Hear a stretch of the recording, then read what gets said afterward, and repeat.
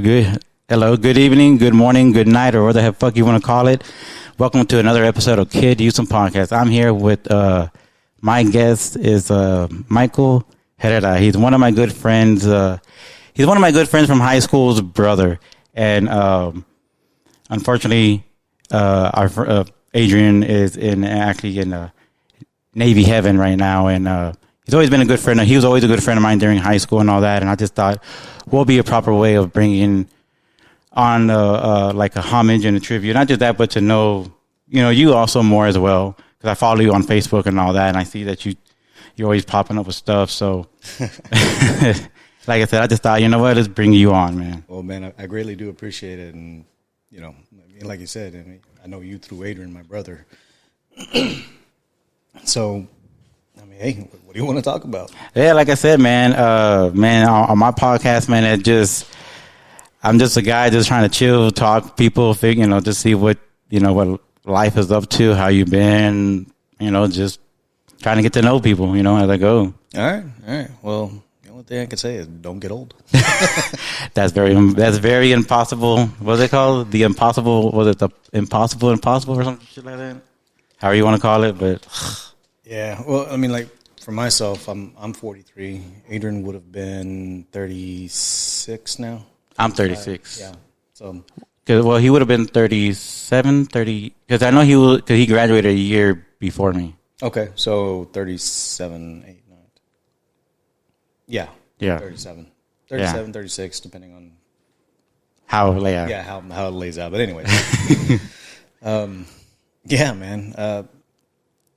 I remember when I was younger, in my 20s and early teens and stuff like that, people will always say, hey man, go out there, do your thing, have fun, whatever you're gonna do, but just remember, it's gonna catch up to you on the back end. Oh yeah, it does. Yeah, man, it does. Like we were talking a minute ago about all our aches and pains and stuff. You were talking about your knee, and I'm sitting there talking about my knee. Man, it's both my knees, but more my right one. It's my lower back, and now it's my shoulder. I go to the doctor, and they're like, "There's nothing wrong with your shoulder," and I'm like, there has to be something wrong. Are you a side sleeper? Yes, but this happened because of unfortunately, like an accident, and I never went to go see the doctor about it. And then one day I was in a welding class, and my arm just gave out on me, and then my shoulder is actually unleveled. So the only reason I ask is that I'm a side sleeper and have been my entire life. I toss and turn in my sleep a lot, and I've been told that like when I'm sleeping on my side, I'll grind into my shoulder. Apparently, doing that for X amount of years, I actually tore the muscle in here. Oh wow! Yeah, I went. It was probably it was last year. It was last year, about a year ago now, because it's going to be May, and I think it was May when I did this. The official story is that there was a grizzly bear that came up out of the gutter while my wife was trying to unload groceries, and I went over there, man. We got into it. And the actual story? I tell you what, man, that grizzly bear is going to think twice before he comes around my house. That's all I'm going to say on that. But the truth of it is, I was putting on a shirt. Oh, man. I flipped up the shirt, brought it down, and when I flipped it up like you normally do and bring your arms through it, my arm went clap. Ooh. And I couldn't move it for about 2 or 3 hours. I thought I broke it or something, dislocated it, whatever. Went down to the urgent care. They did all the x-rays and everything like that. And they're like, no, it's not broken. We can't see anything. And it looks a little inflamed right there. Just, take the Tylenol. You got to go see a surgeon or whatever. I'm like, okay, I'm going to go see a surgeon. Yeah. So I go to the surgeon, and they're like, yeah, it's tore here, it's tore there, it's torn right there. I'm like, oh, god dang. I know. I went to get the the MRI or the CAT scan done, and they put the needle. Oh my god, that's the most excruciating. Did that shit hurt more than the actual injury itself? Yeah, oh man, because you're like this, and then they make you.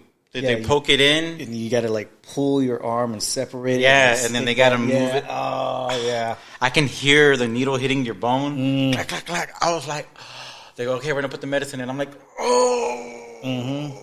And they said, oh, came back and nothing, everything looks fine. I'm like, There has to be something wrong. Man. I'm like, I can, like, it's right dead center. I can feel it. Like, it's right dead center. See, for me, like when I had that done and they did all the imaging and stuff like that. Initially, they told me, okay, well, it's torn a little bit here and a little bit there. We think your ligament is stretched out. And I was like, okay, cool. So then they were like, okay, well, we need to do this particular imaging to see if we can just do therapy or you need the surgery. Okay. So they did that, and they came back, and they were like, yeah, no, there's no question about it. You need the surgery. Like if your muscle, basically it's the rotator cuff, right? So yeah. Your rotator cuff, the muscle on it is like that long. They thought it had ripped halfway, and a little bit more than halfway.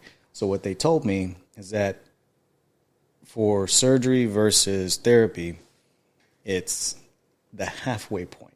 Oh, okay. So if it's ripped halfway, then it's your call. But if it's less than halfway, they're going to push for you just to do therapy and let your body heal up the way that it's going to heal. When they actually get in to do the surgery, they said it was hanging on by barely a quarter of the muscle.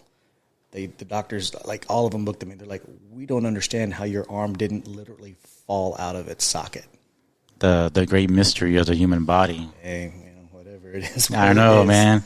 I know that's how I feel about my shoulder. I'm like, man, there's some times where like I'll move it and I'm like, oh, it feels so good at this one position, and I go back, I'm just like, or I move it a certain way and it just like it feels like it gets locked. And then I know lately, I don't know if it's because of the weather or whatever, but whenever I lay down or if I lay on my side and I bring up my knee and like I bend my knee, oh, it feels weird. It hurts, but it's sensitive. I don't know, it's weird. I don't know. I've always had knee problems also. And for me, it's ankle problems and like I was telling you earlier, now knee problems, man. Man, I've always had knee problems. Even when back in high school. I still never forget the first time I met Adrian. It was actually high school. It was my sophomore year, I believe. What classes did y'all meet in? Well, ROTC. Oh, okay. Yeah, that's how I know Adrian, because of ROTC. He was the first person to get me on anime. Oh, was he? Yes. Oh, okay. I was thinking about it the other day because my kids are like watching anime, and I was like, and then I saw this Instagram post where they were like, the kids nowadays don't understand the depths that we had to go through to get anime and this and this and that. I was like, from what I know from the stories, I was like, the only one that I know that was hard for us to get was Initial D. I said, but I remember going to Adrian's, because I was telling my wife, I was like, I remember going to Adrian's house, well, parents' house, because, we were in high school, and yeah. I remember we were all there in the room, and he was like, don't touch nothing, don't do this, and don't do that.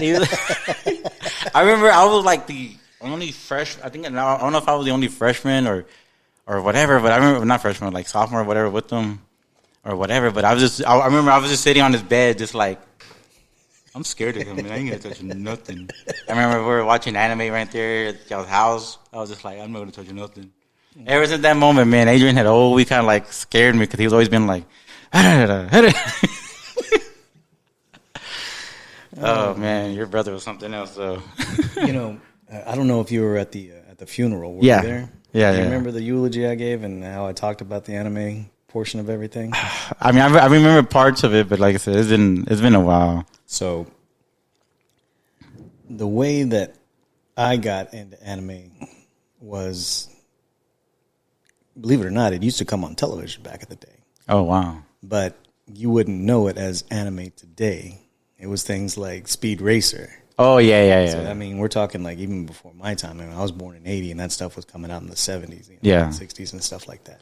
So when you grow up watching it, you don't know that it's anime. And then technically there's people who will argue one way or the other about it, but like the original Transformers and stuff like that, some people will say that it is anime and other people will not. Basically because all of the animators and most of the storytelling, it's all Japanese. Origin. Not origin. It's Japanese, animators that they brought over specifically to draw and animate the series, and then they brought in some of their storytellers to Okay. incorporate certain aspects of it. So like if you go back and watch the ones back from the 80s, you can kind of see, and then of course when you see the credits go, you see nothing but Japanese names all the way through. Anyway, so that's how I started coming up in anime. Oh, yeah. There was a series back in the 80s that was a complete Well, like, when they brought anime over, they would always change the name and then change certain aspects of it. For me, that series was called Robotech. Oh, okay. A lot of people watched it back in the day, thought it was great. Real quick overview on it is aliens come and they crash here into Earth, right? And the Earth is in the middle of a huge war. So they stop basically the war, and then there's actually a war that stops the war. There's a war going on that's starting a war, but there's a war that stops the war. Basically. It's weird, but I mean, yeah. If you watch the series, it makes sense. So it's like everyone's fighting against each other for, whatever reasons, and then the spaceship crashes, and then after the spaceship crashes, there's a war that goes on between we're going to do this or we're going to do that, and it happens like that. So finally, where the story picks up is the unification war is what they call it, has ended. All of the Earth's resources go into rebuilding the spaceship that crashed. Oh, yeah. And then the spaceship, they're going to go ahead and it's going to be its maiden flight. They're going to launch it up and they're going to, go around the planet, go moon and back and stuff like that, whatever. So the spaceship takes off a little bit, hovers there, and fires its main cannon. Nobody knows why. And all of a sudden, they're like, well, what the heck's going on? And then there's an alien force that's coming, and that was kind of like a booby trap that got set off. Anyways, so the Robotech story takes the alien race and shows it fighting the human race, but the aliens want to capture the spaceship because there's lost technology on the spaceship that they want. But the alien race knows nothing of culture. All they know is war. Oh, okay. So whenever they see, like, even to the point where it's like they don't know men interact with women. It's like there's a men's society, there's a women's society, and they both fight each other. Oh, okay. Anyways, the whole story goes basically along those lines where they're fighting against the Earthlings, us, to get the spaceship back, but at the same time, they're figuring out that there is culture involved, and they're like, wait a minute, what is this about? Yeah. And so ultimately the culture wins over and the aliens, quote unquote, join us. And, we all live happily ever after. Yada, yada, yada. Way more into it than just that, but that's kind of the overview of it. Anyways, that anime that came over as Robotech is actually called Macross. Macross? Yeah. And there's a lot of Macross out there. A lot. Side note on it. The reason why a lot of anime didn't come over immediately and it was real hard to get is because of the way that the companies that bought the rights to the Macross series handled it and brought it over and repackaged it. A lot of Japanese anime companies didn't want to go down that route because it was really, really bad. So much so to the fact that they literally didn't settle all of the legal disputes about it until, I think, like 2-3 years ago. Oh, wow. From back in the 80s to now. And even still then, it's just barely trickling in. Yeah. Man, I know, like, just recently I started watching a couple of animes, like old one. Well, they're not old, but like one of them I actually got into like really a lot was that Gangsta. I think it's called Gangster, something like that. And it was about these two guys that they find this basically a prostitute, and they take her in, they save her. And it's only one season, but the book was made like early 2000s. Okay. Yeah, and they're just barely making a part 2, but in the manga. Yeah, in the manga. And I'm like, and then there's One Piece that takes forever to even watch. Man, I for like all the One Pieces and stuff like that, I never really watched them. I couldn't. For me, because that was Inuyasha for me. Meaning, like, there's a ton of One Piece out there, right? Oh, okay. There was a ton of Inuyasha out there, and then finally, when you get to the end of the series, they still don't really end it. So I was like, okay, I can't do this again. No, I'm not investing myself in another 300-400 episode thing, and no, I can't keep going. I know I'm trying to remember. I don't know which one your brother got me on, but I think Well, the one that we were watching that he got me on, but I know the movie he got me on was Akira. Oh, okay, yeah. That has always been my favorite. I just showed it to my kids a few months ago. Okay. And they were just like, "What?" Yeah. I was just like, imagine this came out long time ago, and I just saw it long time ago. I go, and it's still around. I said, it's still a good thing. Yeah. They say that like it's supposed to be like Stranger Things because of how 11 it gets the power and all that. I guess I can kind of see that a little bit. Yeah, because it's the whole government. Yeah, okay. Yeah, I guess I can see that. Yeah, and then it's weird because you start reading into like Stranger Things and all that more, and then you find out that like it actually goes on. Was it what is it called? Project. What's that one that they said that was Marilyn Manson was on? The one that the CIA did, Project. Which one? I know there's a bunch of fucking projects. The one with Marilyn Manson where they got him. Not Project. I can't think of it right now. I went blank. Yeah, you know what? That's what God invented Google. Oh yeah, God invented phone, but my phone's hooked up to the camera, so I got to make sure everything's like legit going. Yeah, but hello. Okay. But yeah, no, man, it was just I can't think of what it's called. But yeah, I know it's crazy how like they start doing all that stuff to bring it to life. Okay, so that's what I thought it was. You're talking about the LSD projects. Yeah, what are they called? The let's see. I don't remember the name of it, but let's see. I remember it was like Project something. Some people that are watching this right now, they're all like screaming, "It's this! You should know this!" Yeah, it's not live right now. It's when they do watch it. When they do watch it, they're going to be like, oh, is this? Is this? And then we're going to find it. Then it's going to pop up on here. MK Ultra. There you go. MK Ultra. I knew it was something. I just couldn't think of it. I was like, good Lord. But was it a while back? I was working for this one company, and I actually had to go up by Waco. And I stopped at the Koresh compound? Yeah, the Koresh compound. That was pretty trippy, man. That was pretty gnarly. Man, there's so many theories into that unto itself that you can, and people have. Man, I was there, and the dude that I guess runs it or whatever, he was like telling the person, like people who were coming in, oh, the Bushes and the Clintons, they had the property. Yep.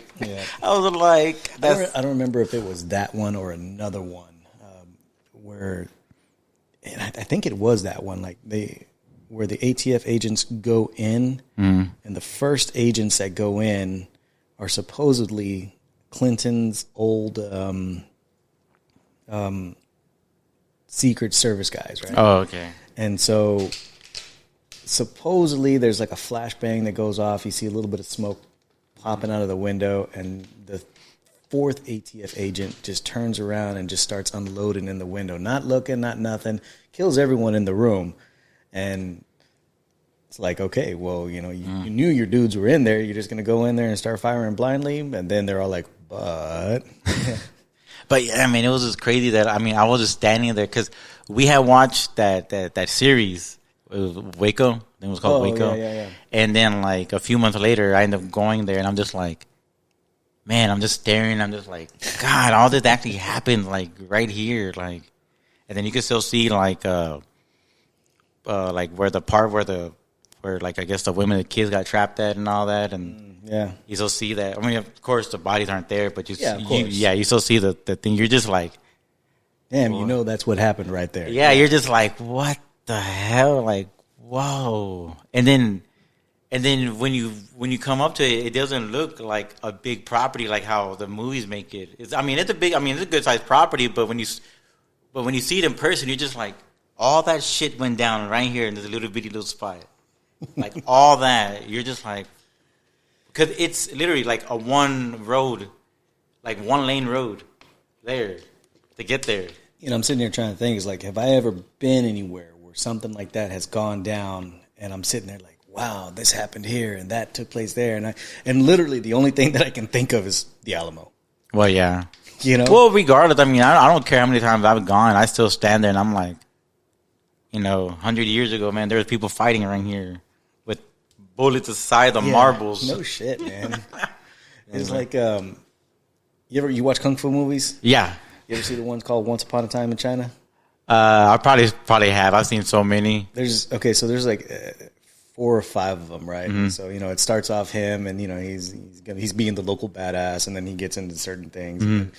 Inevitably, it seems like almost all of these kung fu movies wind up at this point where they're China by themselves, and they're feuding amongst themselves, and then they're okay, and now it's just the Chinese masters, biting for fucking clout or whatever you want to say, right? And then it always winds up to the one movie or the one part of the series where they're fighting colonialism. Yeah. Right? So I'll never forget. It was that movie where they're fighting to save their culture or whatever, right? And so all the dudes are coming over from the UK or wherever they're coming from, and they've all got their guns and stuff like that. And then you see everyone out there doing all that shit, and they're just like, oh, ha ha, man, fuck you, right? So the kung fu master, I forget what his name is in the movie, but anyways, he goes and he breaks someone's gun, right? And the fucking thing falls apart, and then he grabs the musket ball out of there, and he holds it, and he goes, "Pah!" and he flicks it, and supposedly he flicks it so hard it drills his dude right in between his eyes. He's got a big old hole there, and he's like, "Oh!" and dies out. Every time I hear, think about the musket ball, that scene always pops in my head. No, for me, it's the old Mexican movies where the dudes are shooting the damn revolvers, and they never have to reload them. They're just shooting 30 bullets in a 6 fucking chamber. That's movie bullets right there, man. I know, but they're shooting this way. The guy over here, you're like, whoa, what? That don't make sense. Sitting there looking at it, pa pa pa, and the guy 3 rolls away. He's like, yeah, but it's funny though, man. This how certain movies or how are made or whatever, but I don't know, man. Do you know any good conspiracy? I know we're on conspiracy topics right now, but are there any other good ones? Just your basic ones, man. You got the lizard peoples. Lizard people. Middle Earth or a hollow Earth theory. Excuse me. Oh yeah. What was that one? I seen something the other day on I think it was the Instagram or YouTube where they were talking about that big ass snake from the prehistoric times. Some big old snake. I haven't heard about that one. Yeah, I was like, I don't know. I seen it real quick and then refreshed, and I was like, all right, cool, but I don't want to get down that one. So one that I saw not that long ago, you know who Bob Lazar is, right? Yes, I know the name. It sounds familiar. I just can't think. But if you keep talking about him, I know who it is. He's the guy that basically blew the whistle on Area 51. He was saying, and this is back. Yeah. He came on Joe Rogan, I believe. Yeah, he came on Joe Rogan. He's even got a movie out there. He did a couple of books, so on and so forth. Yeah. I don't remember if it was a movie that I saw after that or a podcast that I saw after his movie or his podcast, one of the two. There was a theory out there that talks about Denver International Airport. Mm. And the way that it's constructed and so on and so forth, it's extremely odd. And some of the murals they have up there and some of the structures, like the statues and stuff, it's has nothing to do with Western culture whatsoever. It's like going over to Miami and you're on South Beach and then you have Russian structures in the middle up there or something. Oh, okay, yeah. It's no place there whatsoever. And I've been to Denver International and I've seen the murals and stuff like that, and I wouldn't necessarily call it odd, but it's definitely out of place. Anyway, so they are saying that particular structure cost, let's just say, $500 million to build. And the original part of it is not very big, and the airport itself wasn't too big to justify the cost. Oh, okay. And it might be more than $500 million. I don't remember. I'm just... Yeah, you're just throwing a number out there. So... Don't quote them. Yeah, don't quote me. So what they're saying is that there's an underground structure which ties in with the lizard people and stuff like that. And I don't remember what it was that I saw, and it might have been part of that Rogan podcast where I can't remember if he was by himself, Lazar was by himself, or he had someone else with him. I just don't remember. But I do remember. Isn't Bob Lazar that skinny white dude with the glasses? He's kind of like half. Yeah, I know who you're talking about now. Okay. I like watching when he's on there with that. What's that dude? That one dude, that bearded dude, when they talk about ancient civilizations. Bearded dude. Yeah, it's like an older dude that's always with them. I don't know. Something. I don't know. But anyways, sorry, I didn't mean to interrupt you. No, you're good. So this particular person that they were talking to, and again, I wish I can remember if it was in a movie, like a documentary type thing, or if it was in a podcast. It was one of the two. But the guy was like ex-security or something like that. And they said that they had a firefight between their security forces and whether it was the lizard people or aliens or some shit like that. But they got into a really big firefight underneath the Denver airport, and that there are certain access points within the Denver airport that you can go under. And there's this whole substation down there. And you know, when they start saying substation, the first thing that pops in my head is like, oh, okay, so they got the Men in Black thing down there, right? Yeah. You know? But, I mean, I've heard several stories along those lines that there is supposedly a substation underneath Denver airport. Damn. That's a new one for me. I've never heard that one before. Yeah. It's been a while since I've read anything on it or, you know, bothered to look it up again or, you know, watch something about it. But there's a couple of them out there that say that. Yeah. That's something new. That's something for me to Google now. Damn. Another wormhole to go down. Man, but when you get down the wormholes, man, it's hard. Yeah. It's hard. Yeah. It's like watching TikTok in the middle of the night, right? I don't have TikTok. I don't. I fought it for the longest time. I've been fighting it. I really did. So, like, my wife has it, and I'll look, you know, but all hers are mostly, like, teacher stuff, though. But I'm like, I'm good. Like, I don't need it. I'm like, I'm good. For me, it was like my wife kept sending me these links, and, you know, like, and then we got the family chat on, like, on the WhatsApp thing. And yeah. So most of the family, they're sending TikToks back and forth. And I'm sitting there, you know, like, okay, I'll look at this one. I'll click it, and, you know, the link pops up, and then you got the TikTok there. And it's like, okay, that was funny or whatever, you know. Oh, okay, that looked cool. You just got sucked in like that. I was like, fine. I'm tired of clicking on a link. Just send it to me in the TikTok app. And then that went from, okay, you know, I'm looking at what everyone's sending me to, okay, well, now the algorithm is learning. And so I was like, oh, okay, that was funny. Oh, that's funny. And there you are, you know, lying in bed at midnight thinking, okay, just 3 more. And then it's like the sun's coming up and shit. And you're like, God damn it. No, I'm still fighting it because I'll get those random ads down. I'm like, no. Don't do it, bro. I'm fighting. I'm like, no, demon. No. Yeah.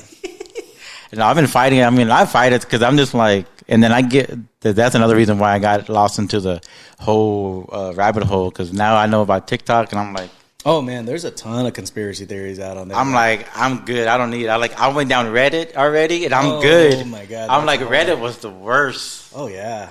But I'm like, nah, I'm good. And then I got 5 kids and our oldest has TikTok, but hers is like monitored. Oh, but I mean, she's 15, but hers is mostly like science projects or cause she's the bookworm, she's the book nerd. So she's that's what my daughter is, man. Dude. Last summer, she set out a goal just in the time that, you know, just the summer time frame. She wanted to read 30 books in the summer time frame. I think the week or 2 before school started, she still had 2 books left. Good Lord. Good God, girl. I can barely get through one. I can barely get through one. I know, like her, she gets like a button a month for reading, like, I don't know how many books. I'm like, girl, I can barely even read a book now. I can barely read a magazine. You know, I used to be able to sit down and read a book, just sit there and read. But, you know, everybody's got things going on. You don't really have a whole lot of time to sit there and dedicate, you know, maybe an hour or so just to sit there and read. You know, I mean, dishes got to get washed. You know, you got stuff going on at work that needs to get taken care of. Brakes are squealing on the truck. That needs to be something. The yard, the dog. Yeah, exactly. Something. Exactly. So I tell you what I wound up doing is I wound up getting an Audible. And that's more or less how I get the majority of my books in now. Just pop in my headbuds, and then whatever I'm doing, wherever I'm driving, wherever I'm going, I'm You just listening. I was doing that for a while. Well, not with that, but I was doing that with podcasts. Man, I got like really, really like sucked into it. Man, I was listening to like Joe Rogan and then like some other ones and boom, boom, boom, boom, boom, boom, boom. And I was just getting so much shit, and I was just reading up so much shit on how you get lost in wormhole, fucking the wormholes and shit like that, or what do you want to call it? And man, it was bad. Just stop and think about it like as if it was a drug. But no, man, it was just crazy because you start learning about stuff, and then you just, you realize, and then you just like start connecting the dots, and then you're like, well, wait a minute, well, this is that way, this over here, and then it's kind of this way, but wait a minute, do they really connect up? And then you start going down that rabbit hole. You're like, well, if 1 + 1 = 2, and 2 + 2 = 4, what happens when you take those two and add them together? Yeah. Next thing you know, you found out that it's the lizard people that actually assassinated Kennedy, because Kennedy was hooking up with Marilyn, but Marilyn was actually Adolf Hitler's reincarnated. It just goes to a weird thing. You're just like, what? You're like, what? No wonder why people just look at it as weird. And then for so many years, all these conspiracies end up coming true. Mm-hmm. Like the one that I still find crazy is the well, it's not a conspiracy. Well, not really a conspiracy, but it was Angela Davis, right? I have a coworker named Angela Davis, so that's popping in my head right now. No, Angela Davis is that actress, right? No, she was an activist. Okay. From back in the day, and she has fought like, about slavery and all this and this and that. Okay. Yeah. Well, they recently did a DNA test on her and all this, and found out that her ancestors one of her ancestors was one of the 101 of the pilgrims that came over. Oh, no kidding. Yeah, so everything that she's been fighting against is actually in her blood. Oh my goodness. So she was just like, no, I don't believe you. And they're like, no, it's I'm right not there, here. yeah. And she's just like, what? There was it's that PBS show you're talking about, right? Yeah. There was, I forgot who it was, and it's a pretty famous actor. I know Terry Crews was on there. Damn. The dude wound up, his direct, like great grandmother wound up being Pocahontas. Oh, wow. And I can't remember which actor it was and who it was that was on there that they said that. But yeah, dude, I was like, holy crap. I mean, he's pretty well known. I mean, let's just say Edward Norton. I don't remember if it was Edward. It might have been Edward Norton. Hold on. Yeah, no, my wife's Native American. She's part of the Tanika Biloxi tribe in Marksville, Louisiana. Okay. Yeah, so. Oh, my kids are little Indians. But that's crazy. Edward Norton? Damn. My wife's going to trip out. The Hulk. You know what? Sure as shit, it was Edward Norton. It was, what? It says, with the help of Gates and his team, Norton discovered that his family legend was actually supported by historical record. At this point, Pocahontas is his 12th great-grandmother. Whoa, that's crazy. I know we were doing my family tree, and my wife, she found it went all the way back to like the 1400s, but it was over there. It went all the way to like Mexico. Oh, okay. My neighbors. Well, that honk came out of nowhere. Yeah, really. So, like, in my family, my uncle my aunt married my uncle, obviously, and he is Quanah Parker's direct grandson. Who?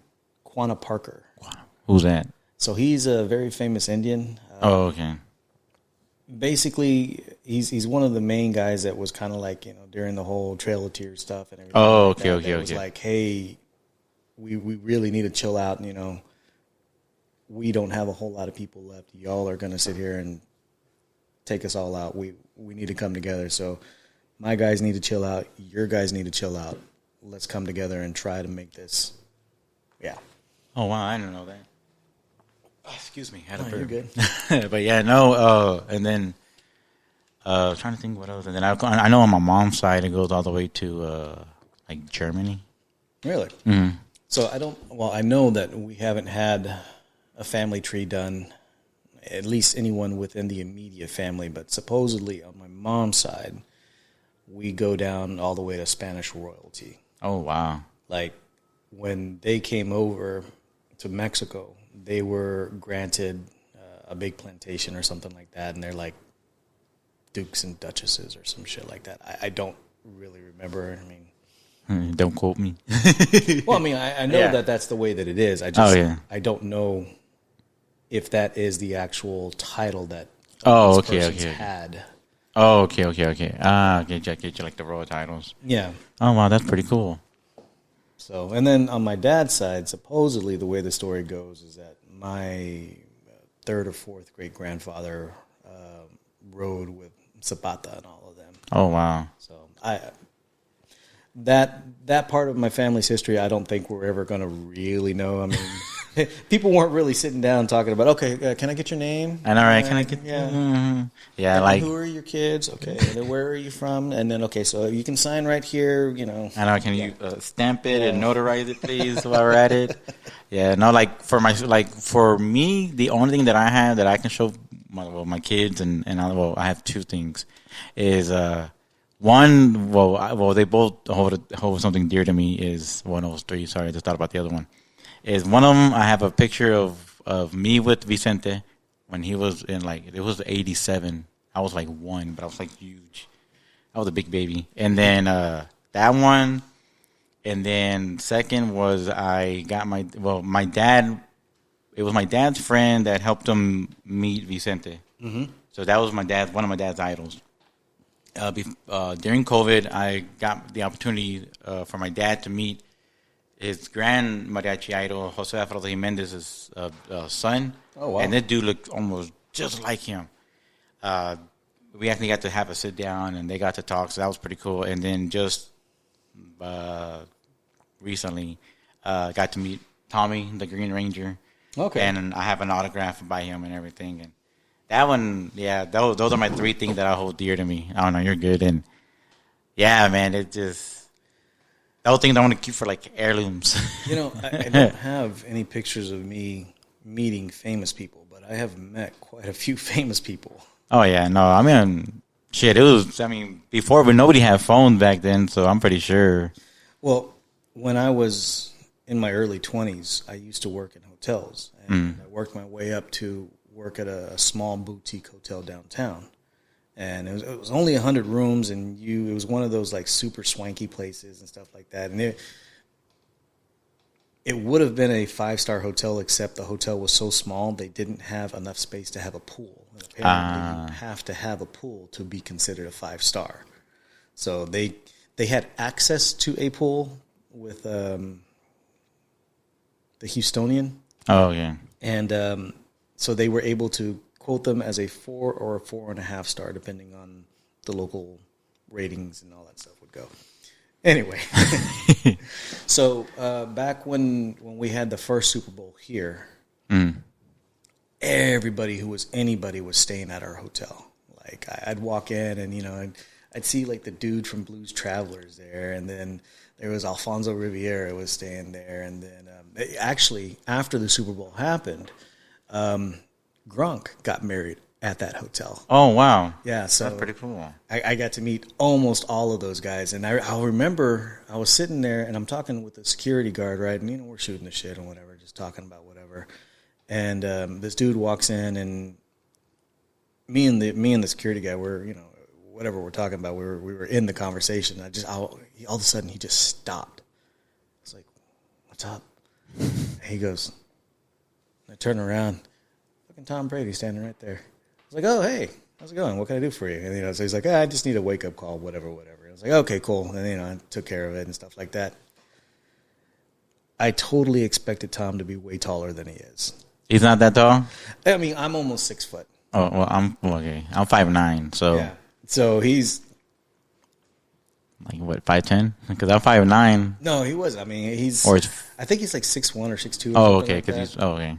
But like you see everybody on television. Okay. You think they're like gigantic. Oh, yeah. That, right. But of course, he's got all his gear on and everything too. So, but anyways, it was weird.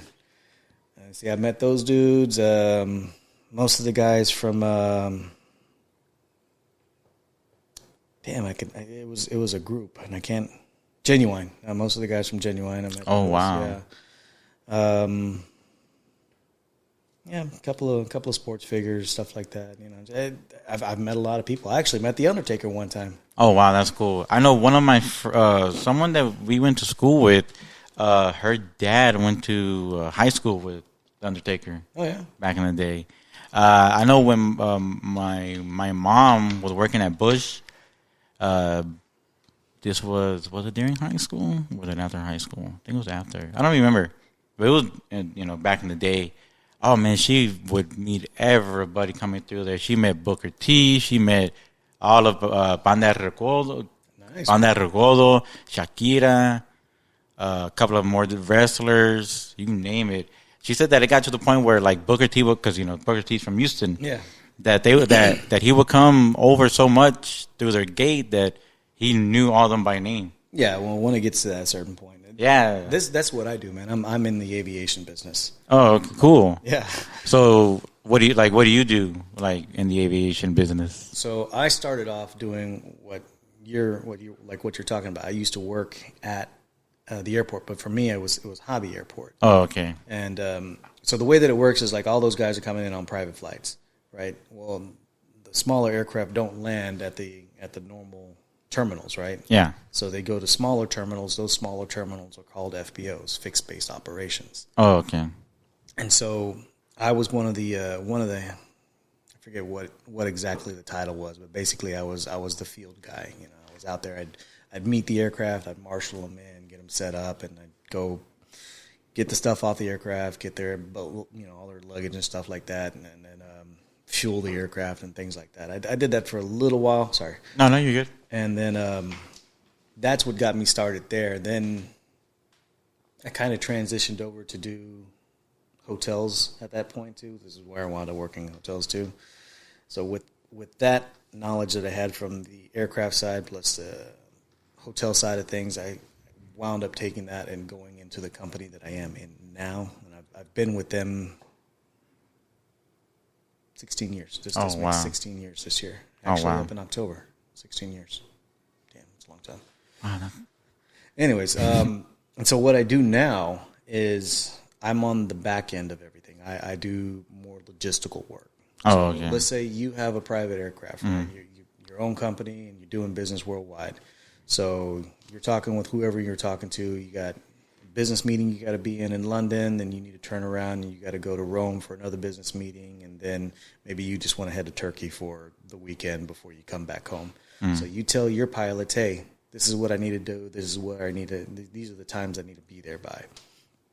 Your pilots in turn call me up. Hey, our guy needs to go here. They need to go to London, and they need to go to Rome, and then he wants to go to Turkey.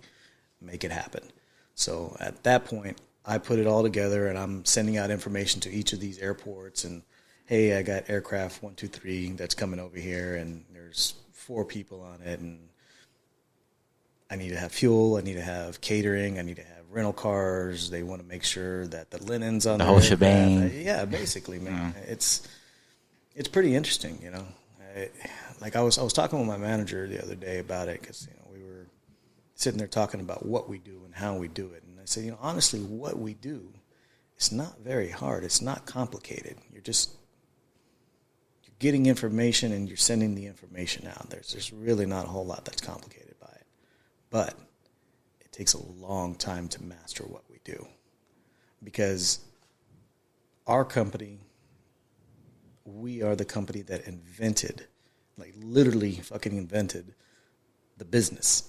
Oh, wow. Our founder, whenever private flight was starting to become a real big thing, like, private jets and stuff like that, noticed that the pilots that were flying out of New York going across, the pilots were relying on the weather charts that came out from the commercial jetliners. And so the commercial jetliners are like, we don't really care about you guys. We're trying to take care of our guys. That makes sense.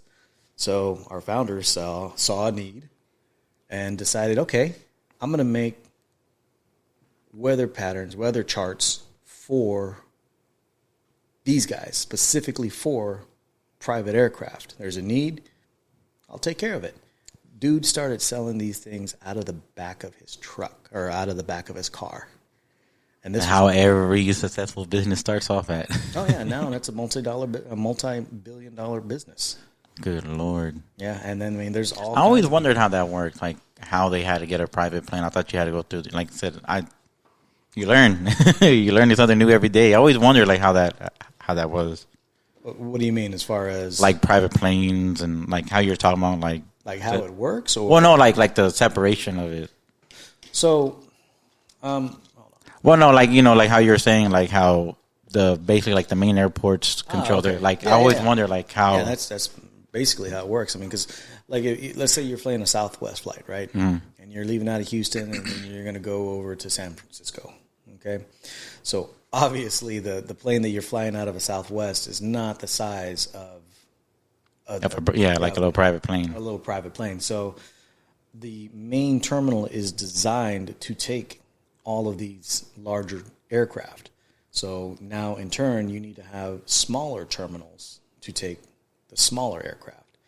So the runways are there, the infrastructure is there, you got the tower, you got all the fire and safety precautions there.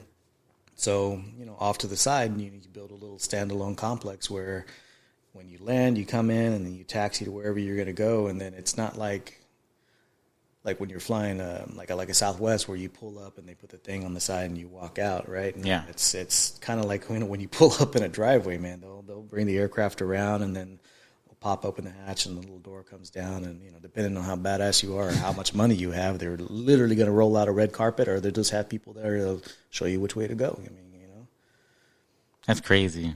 Roll out the red carpet for me. Yeah, basically, man. That's crazy. I don't think I could. If I were to ever reach that level of success, I don't think I could ever do that. That would be weird. Maybe the first time, but after that, like, I don't know. I don't know. It's just weird. I've dealt with all levels of people. I've dealt with royalty. I've dealt with celebrities. I mean, and we're talking politicians and A-list celebrities down to the super obscure celebrities, politicians, billionaires, trillionaires. When I first started, I used to fly around the Saudis, and man, and in our training classes, they would always show us pictures of their aircraft, and they would have huge 747s, and of course like the 747s back then were brand new, but they would show us the inside of these things, and they are not lying when they say these things are flying palaces. They are flying palaces, man. I believe it. They had freaking sinks that were made out of 24 karat solid gold. It's a sink. You wash your hands in it. Why does it need to be 24 karat solid gold? That's crazy. Yeah. I don't know. I guess when you have that much money just coming out of everywhere, you just... Hey, whatever. Yeah. You put it wherever you want to. Hey, when you have the money, you spend it the way you want to. I know. I don't, like I said, like before when I was younger, I used to be like, man, if I ever became rich, now that I get older, I'm like, man, fuck all that. I'll put it in stock. I'll try to find a way to make more money. That way I can retire. I can open up another business. That way, I'm working, but I'm not working. Like before, I used to be like, I just want to buy and never work again. Now I'm like, I need to make money to keep rich. Man, you want to talk about a good passive income, the type of money that makes money while you're not doing anything. Mm. If you have it and you can invest in it, get a laundromat. Oh, yeah. I've been seeing that lately. I've been seeing that a lot lately about laundromats. But it's a laundromat and it's vending machines lately, too. I've been seeing once you get the laundromat, then obviously you want to get the vending machines. But the whole thing with the vending machines is you got to make sure they're yours. Yeah. You're not renting them or leasing them from another company. Yeah. So, I mean, because you got to think about it, dude. Those places basically run themselves, man.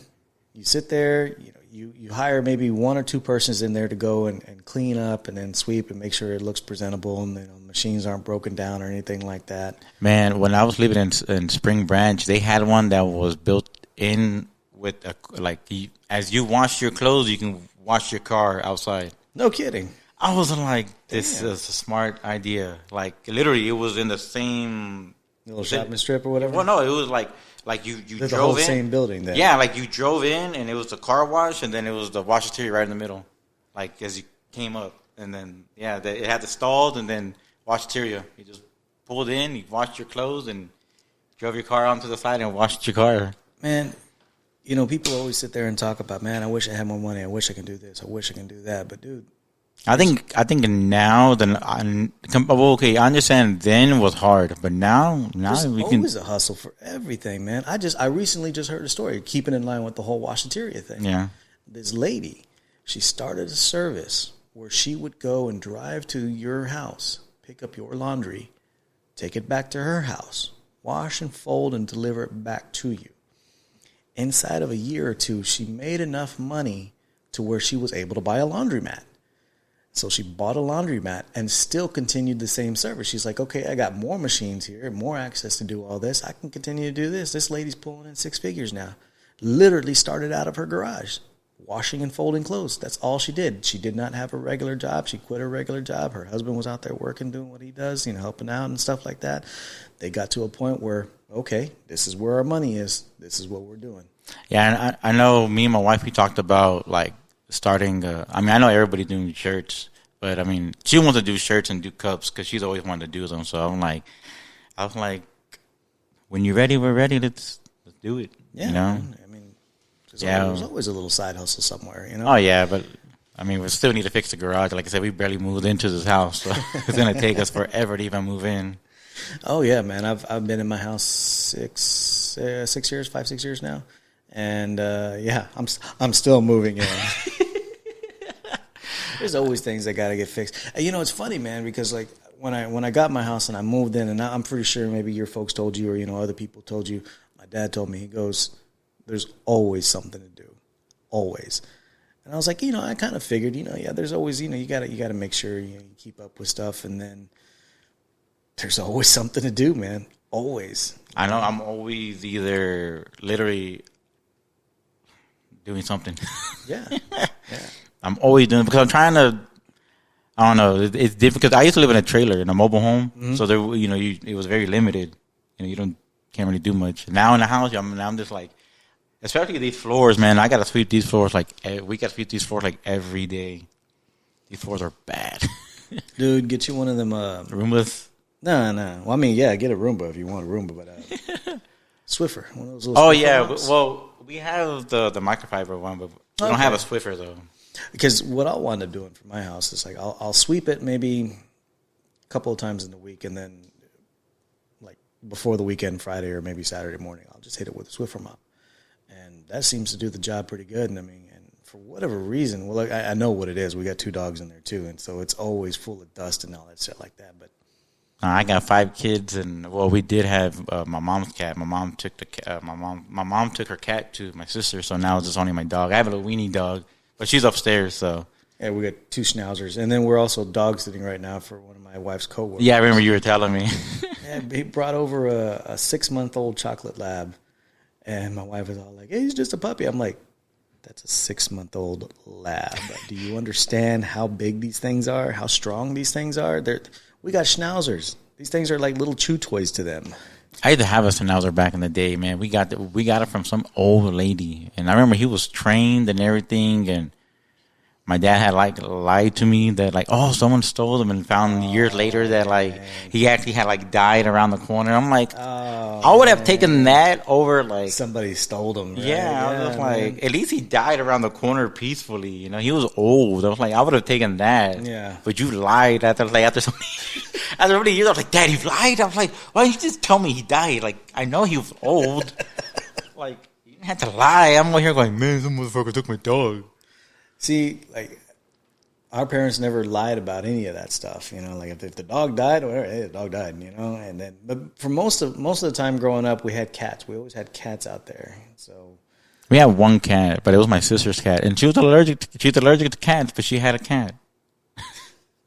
I would fuck with that cat so much. I would grab it, and I would try to throw it in our neighbor's backyard because there was dogs there. Damn, dude. It's like we were given a cat because of some asshole kid like you fucking with cats the way that you were, man.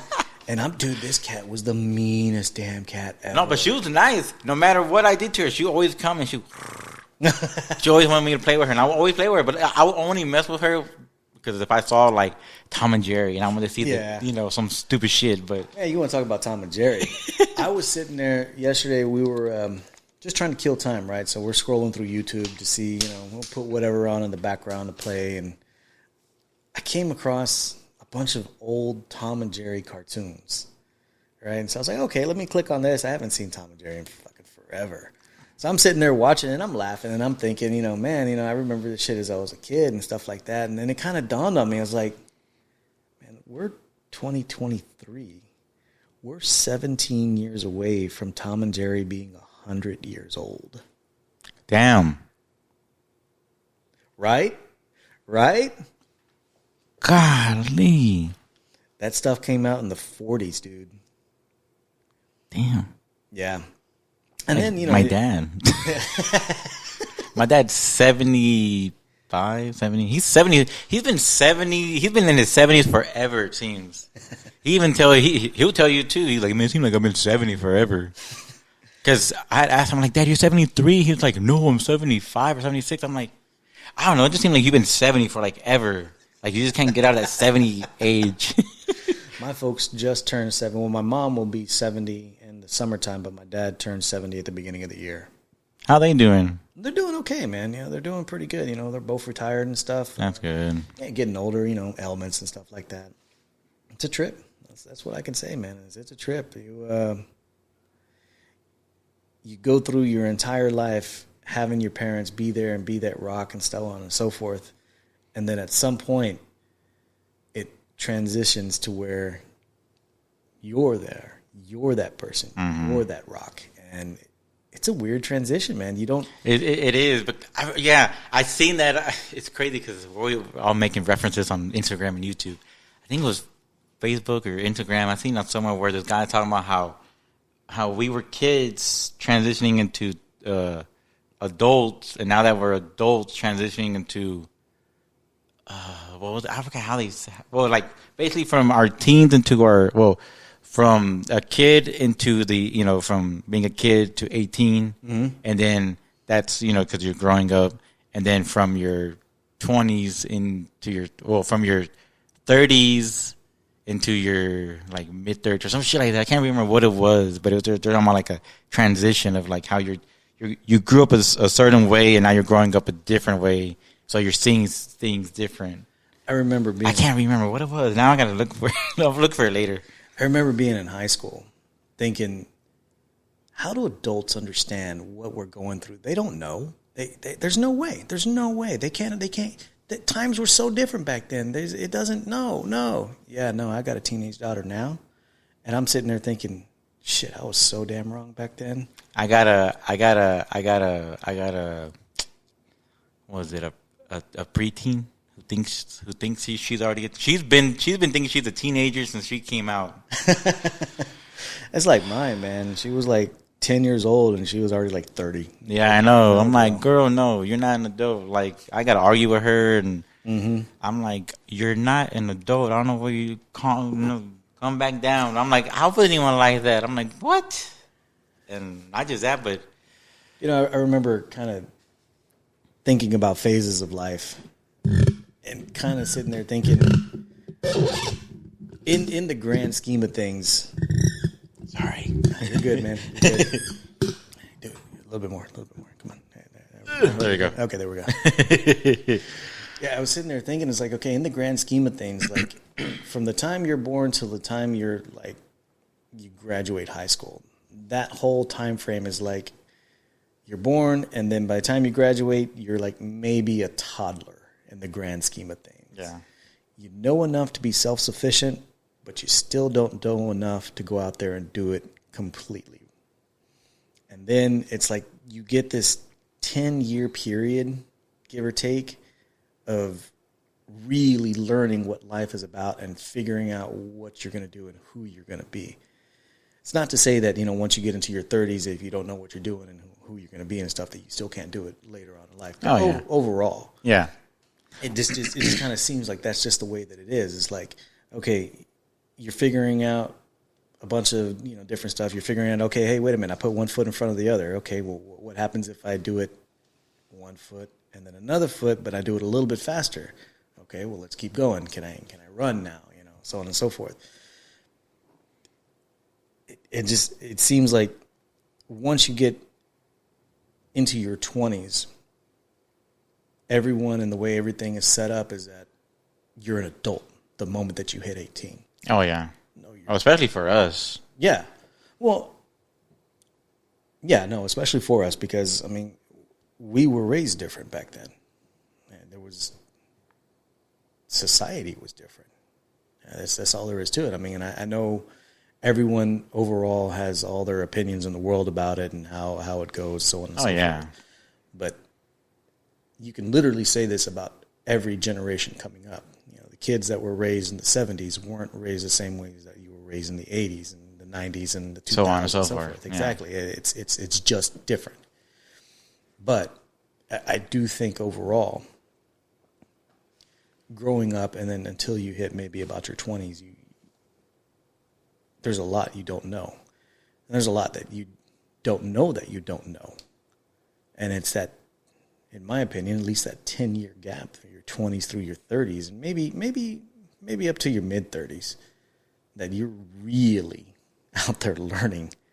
And if you're talking about that, it's making me stop and think about it. I'm like, man, for real. I never stopped and thought about it like that. Golly. Yeah, dude, I'm an insomniac, so, I sleep maybe 2 or 3 hours every 4 or 5 days or something like that. So, it's the things that roll through your head when you're sitting there praying to God, why can't I sleep? I know those feelings too. Very much. That's why I have friends in other places. But no, yeah, man. But it is though, man. It's crazy because, I mean, especially us, but also us as, I mean, I know every race is different, but I see it more in our race too, where it was really no chance of being a kid. It was, nope, come on, time to go out and start working. Yeah, absolutely. I mean, I remember my first official job, not the, hey, go over there and clean up this, or hey, your aunt and uncle needs help over there, or we're going over here to help so-and-so out. No. The first I literally got paid for, I think I was maybe 12. And it was my across the street neighbor. He had a trophy making business, a little trophy shop. He had one of those little sheds he converted over, right? Mm-hmm. And they had to go somewhere for business. Like this was his side business, so he had to go do something else. And his son was at the time going headlong into his career, so he didn't have the time to sit there and go over there and take over, and all this other stuff like that. So they're like, hey, we just need somebody to sit there and watch the machines. This is what you got to do, so on and so forth. We'll pay you XYZ amount of money. And I'm like, okay, cool. I can sit there and do that. But yeah, I remember that was like literally my first job I got paid for. I got paid to cut plates for trophies. My first job was working with my dad. Because my dad had his own business. He installed phone lines and phone jacks for like companies and like restaurants and theaters and like little offices and stuff like that. So there I am, like a 10-year-old kid working with my dad. And like, I don't want to be here, man. I want to be at home watching cartoons.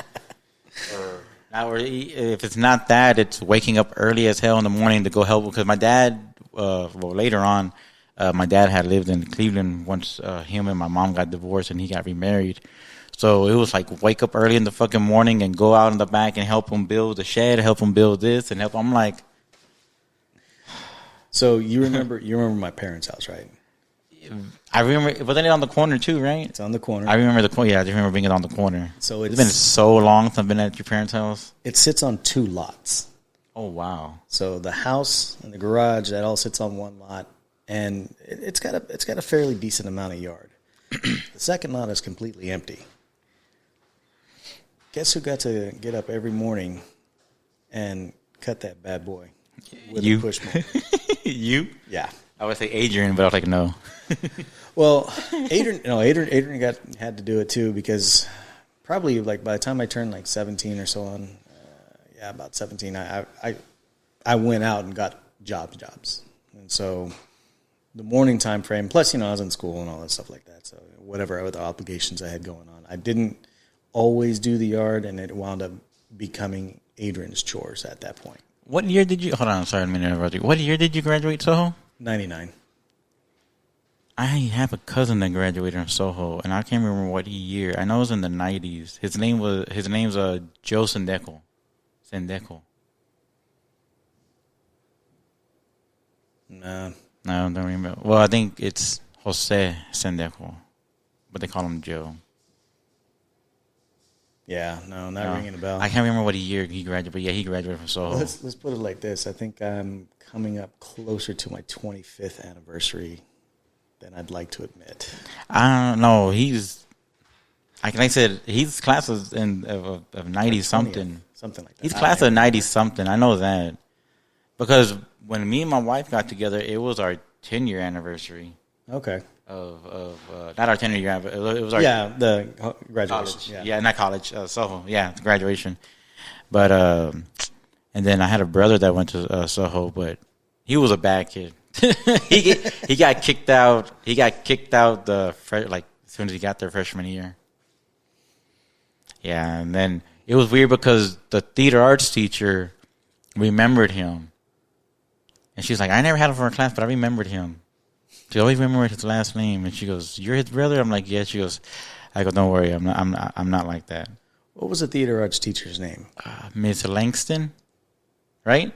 Yeah. Yeah, okay, I was trying to remember. And then I remember her best friend was the speech teacher, the lady across from there. I can't remember her name.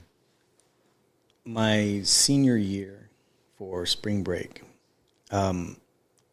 because she hooked me up my senior year. Apparently I was like a half a credit short for an elective. Like I didn't know how it happened, but it happened. And I was like, God damn, I got to freaking figure out an elective, and I'm a senior, and yeah, not part of the plan at all. And I think she was in the office when this was happening or something like that. And I knew her back from intermediate days because she used to teach at an intermediate school I went to. And so we were kind of sitting there talking. She's like, "What's going on?" And so I explained the situation. She's like, "Well, just take my class." And I was like, "Okay." And I don't have any particular interest. She goes, "No, just seriously." Man, I'm going to tell you like the 9 times out of 10, she didn't care. Yeah, exactly. Everybody was off doing their own thing. She was like, "Hey, at least get together in a group and do an assignment and do a play or write out a play." So that's basically what we did, right? And so anyway, during that year time frame, we're sitting there talking and stuff like that. She's working with, because in the class, I think there was actual members of the theater group or something like that. Oh, okay. Like the UIL kids and shit like that. Oh, okay. And so apparently every spring break, she takes everyone to New York to go see plays and stuff like that. Is what. Yeah. And she was talking about it. I was like, "Oh man, that's really cool." She goes, "You want to go?" And I'm like, "Well, I'm not a member of this stuff, She goes, like, "Tell you what, sign up, become a member, go to one event, and you can come." I said, "Okay." So I did. I signed up. I went to one thing where I read, I don't even remember. I think it was like a Dr. Seuss book or something like that, And so my spring break of my summer or my senior year, I went to New York, and coolest damn thing ever. We get there, we're standing in front of the hotel, everyone checked in, we put our baggage up and stuff like that, and then she's looking at all of us, and she tells us, she goes, "You guys are almost adults. There's no one here that's under the age of 17, so be where you need to be when I tell you to be there. Don't get in trouble. Don't get arrested." I looked at her and was like, "Huh?" And everyone just kind of got this puzzled look on their face. And she goes, "You fuck up, you'll be on a plane the moment I catch your ass." She turned around and walked out the hotel, and everyone's just like, "Wait a minute, does this mean?" And I would have different. Whoop. Oh yeah, so that entire week we got to roam around the city. I went to New York a couple of years ago, but it got there pleasantly and ended horribly. Oh, the truck caught on fire on me. I used to hot shot back in the day. Okay. So I was taking some stuff up there, and I took my dad and my little brother, and we had stopped in Allentown, Pennsylvania. And I slept for maybe about like 3 hours and woke up because I had to be in Jersey to drop off all these electrical water pumps for the Navy ship that they were building there. And I remember I asked my dad, "Hey, y'all want to get up so we can go?" He's like, "No, come get us later. When let us sleep in longer." I'm like, "All right, cool." So I take off. I go do the delivery, and the dude there tells me, he's like, "Hey," he goes, "You ever been here?" And I'm like, "No, I haven't." I was like, "Is that noticeable?" He's like, "Yeah." He goes, "I can tell." I was like, "Damn." He was like, "Nah." He goes, "You're good. You're good." He goes, "If you want," he goes, "you can park your trailer here and let the security guard know. Give him your number, and if you're gonna come back tomorrow for it or whatever, just let him know." I'm like, "All right, cool." So I told the security guard, he's like, "Yeah, just park it right there." I'm like, "All right, cool." Boom, parked it, locked it, took off. I started driving. I called my dad. I was like, "Hey, I'll be there in like in 30 minutes. I left the trailer there. We'll come back and get it." And he's like, "All right." I'm coming up on the bridge right over the water. Mm-hmm. And the truck starts making like a ticking noise. Ta, ta, ta, ta, ta, ta, ta. But it's a diesel truck. So I'm like, I don't know, diesel trucks always make noise. Like so I'm like, okay. So I called my friend who knows a lot about diesel trucks, and he goes, "It could be a bad lifter." He goes, "I don't know." He goes, "Or it can be this or this." Soon as the light turns green, and I start coming down off the bridge over the water, and I come around. I can't even remember what highway it was or whatever. I just remember the dashboard lit up like Christmas. I was like, "What the fuck?" The steering wheel got hard, and then it was the freeway was starting to curve like this. So I was like, trying to turn, because if I wouldn't have able to turn it, I would have hit the guardrail and hit the medium. Oh man. Yeah. So I remember pulling that damn thing as hard as I could, and I remember turning, and I remember just the whole front of the hood catches on just goes on smoke. Damn. And I'm like, well, shit, maybe the radiator pops, something. Yeah. Because I don't see black, I just see white smoke. So I finally get it to pull over. And I pop open the hood, and right when I pop open the hood, man, you just see like the flame. The flame of them go. I was like, "Whoa, what the fuck?" And I started freaking out. I call my buddy, because it's his truck, and he's like, "No, you're bullshitting." I'm like, "No," because I was actually fucking with him, like one time like a few months ago, whenever I was hot shotting, I sent him a picture of a truck that looked like his that hit a deer. That the deer, like the truck got all fucked up, and he was like, "Haha!" He was like, "You're funny. That's not my truck." I was like, "How do you know?" He goes, "Those aren't my rims." I was like, "Dang!" I was like, "Man!" And so, fast forward to back there in Jersey, he's like, "No bullshit." And I'm on my phone. I go, "No, look," and I turn the camera around. He's like, "What the fuck happened?" I'm like, "I don't know. I was just driving, and the dash came on." I said, "And I don't know." It's like, I already called 911, and my wife was pregnant with my son, and my dad is still over there in Allentown, Pennsylvania. Oh, man. Bro, I was going crazy. I called 911. Dude, when I tell people the police over there move fast, they move fast. Oh, shit, huh? Bro, they came hauling ass around the corner. The cop comes from the shoulder onto, like, he crosses the, like, all the dirt, comes on the freeway. He fucking brakes. He jumps out. He opens up the back of his Explorer. Tells me, "Stand back." He grabs the fucking extinguisher and runs, and just like I was like, it's like, man, I didn't even hang up the phone. You're already here. I was like, what's sitting there like, no, he just showed up right. In fact, I need to let you go. I was just like, what the fuck? And then after that, they had to close off the freeway half, and oh my god, it was so much mess. I ended up having to stay there in Jersey. My dad was staying, and it was wild. Man, it was crazy. Well, I can tell you my New York stories don't end that way. But the thing was, well, afterwards, my brother came and picked us up. But I got to see New York though. That's cool, man. At least it ended with that. Hey, there you go. The last time I went was, it's been a good minute, man. It's been a really pre-COVID. Long time. Oh yeah, absolutely. Pre-COVID. I was I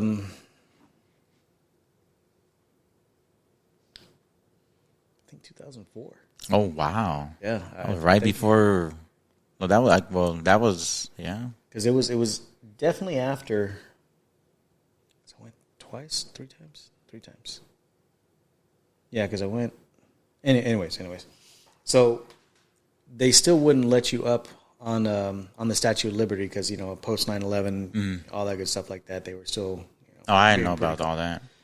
Oh yeah. So after 9/11, any landmark that was real tall like that, they didn't want to let you on because obviously. Yeah. Oh yeah. So we went there and we were going to go to Ellis Island or not Ellis Island, but Liberty Island to check out the statue and stuff like that. And I had already tried to get on to the statue a couple of times, but each time that I've been there, it was super, super windy. Like I actually have a picture of me on the island and like me and a bunch of my friends, we're goofing around, we're holding on to each other and making it look like the wind's blowing us away. But like literally, we might as well have been in a wind tunnel because like all of our hair is all back and like my shirt's like this and everyone like even the chick, her hair is like flapping out there and stuff. So it was legitimately, it was super, super windy. So the last time I went, with the group of people down there, we're sitting there talking. It's family. It's really, I'm all with family, and we're sitting there talking. Well, we're going to go down to the island. We're going to go check it out. Yada yada yada. And we're sitting there, and one of us says, "Well, they're not going to let us up into the statue." And so the local people are overhearing our conversation. They're like, "Yeah, no, they're not going to let you up on the statue. So you don't want to go to the island. If you just want to see the statue, catch the ferry." And we're like, "What?" They're like, yeah, you'll spend like $2 each. You catch the ferry, and then what makes it even better is there's 75-cent beer. So you spend your $2, you stay on the ferry as long as you want, and buy 75-cent beer the entire time. Wow. I think we were on about a 3-hour ferry ride. I would have too, man. I would have too. I remember going. I remember being. Well, of course, I was on the Jersey side. Walking right there by the Hudson, like I guess you could see like it was a Hudson River because you could see New York on the other side. It was crazy because I remember just standing there and it was windy, but like my brother took off his backpack and he was just like sweating. You were just like, what? Yeah, like it didn't make sense. But it was just crazy because I was just standing there looking and I was just like, I never thought in a million years like this Pasadena kid will come to New York. See all that. Yeah, like every time I would go hot shot and I would go somewhere, like I would always like look at something to be like, I never thought. I never thought. I always tell people, it's like, man, you can go out there and see all this stuff and do all these things. It's like the moment that you sit there and tell yourself that you can't, then you're not. Yeah. So. Yeah, but like I know, like me and my wife, we want to go back out and do it again, but kids. Yeah. That last time I went, they still had the tarps up. Oh wow! Around the buildings surrounding all the around the 9/11 site. So they okay. were still clearing it out and everything. So wow! Yeah, yeah. No, a friend of I used to work with a buddy of mine. I know he wants to come on. He does that environmental cleanup stuff and all that. So when COVID happened, all that. They would send them out, like a bunch of them will go out to like Brooklyn and all that, and he will send us pictures of like the bags, Yeah, dude, they got hit real bad. I was like, good Lord. And he was like, you want to come out here and make money? I was like, I'm good.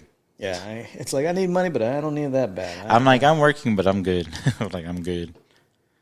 But yeah, no, and it's crazy though, like how all that crap happened. I mean, we got it because no one knew my brother-in-law had it, and then we all got it. So for COVID, I was one of the people that got furloughed at my job. But the way my job did it, man, they did it great, dude. Like they furloughed us, and then they told us that they would pay our insurance for I think up to a year. And so I was like, okay, cool. And then that's when the unemployment went up to I don't remember man. what it was at. I know the job that I was at, they had furloughed me until I got better from having COVID. And then they were like, well, since you're going to be furloughed, you can go ahead and collect the unemployment. All right, cool. I did it. I collected the unemployment. They got me back. I canceled the unemployment shit and all that. And then like a couple of months later, I ended up getting a letter in the mail that I owe them money. I'm like, what? I'm like, I was furloughed. Like, I have all of my paperwork, and then, I don't know, it became a big old thing. Yeah. But it's like $300 that I owe them. I'm just like, what? Yeah. I heard people that was going through that kind of stuff like that. Like, my wife, she didn't get furloughed. She was deemed essential. Then she works for a steel company. Well, I was essential, but then because I got furloughed because I got sick. Yeah. That's why. She actually, so for both of us, we didn't, like the first few rounds of COVID, none of us got the COVID. None of us got it. And then it wasn't until, I think it was like a Christmas or two ago where that kind of light version. Oh, yeah, the light, yeah. Was going around where, you got hit with it pretty hard for a couple of days. And it turns out that there was a family member of ours that was there. And it could have been one or two family members because depending on how you hear the story, it was either an aunt or a cousin who had it, or both of them had it, or however it goes. Yeah. Anyway, so like the majority of our family wound up catching COVID from that Christmas party. And same thing. Yeah. And so even then, like when I had it, my wife didn't get it. She got it at the beginning of this year.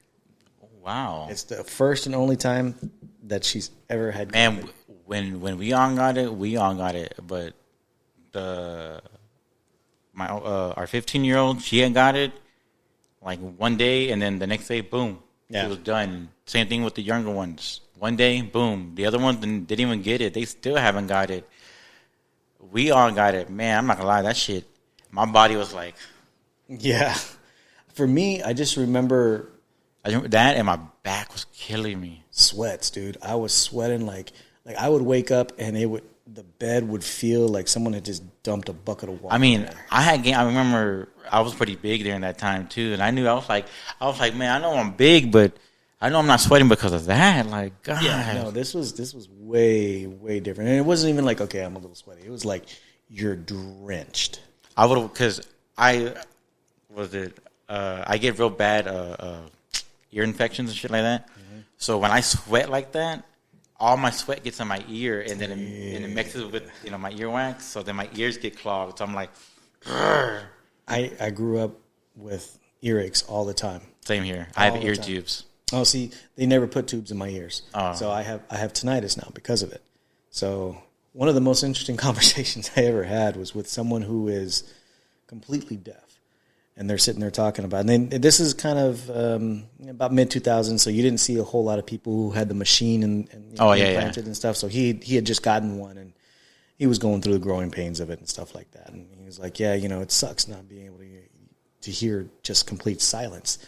And I said, yeah, I can definitely see that, but let me play the devil's advocate and show you the other side of the coin. I said, do you know what tinnitus is? And he goes, yeah, it's when you have ringing in your ear. And I said, okay, the beep that you hear from the sound test? And he goes, oh, yeah. And I said, I've heard that since I was about 7. I have that. I have that too as well. It doesn't stop at all, ever. I know. I remember one time I was taking the test, and I clicked it.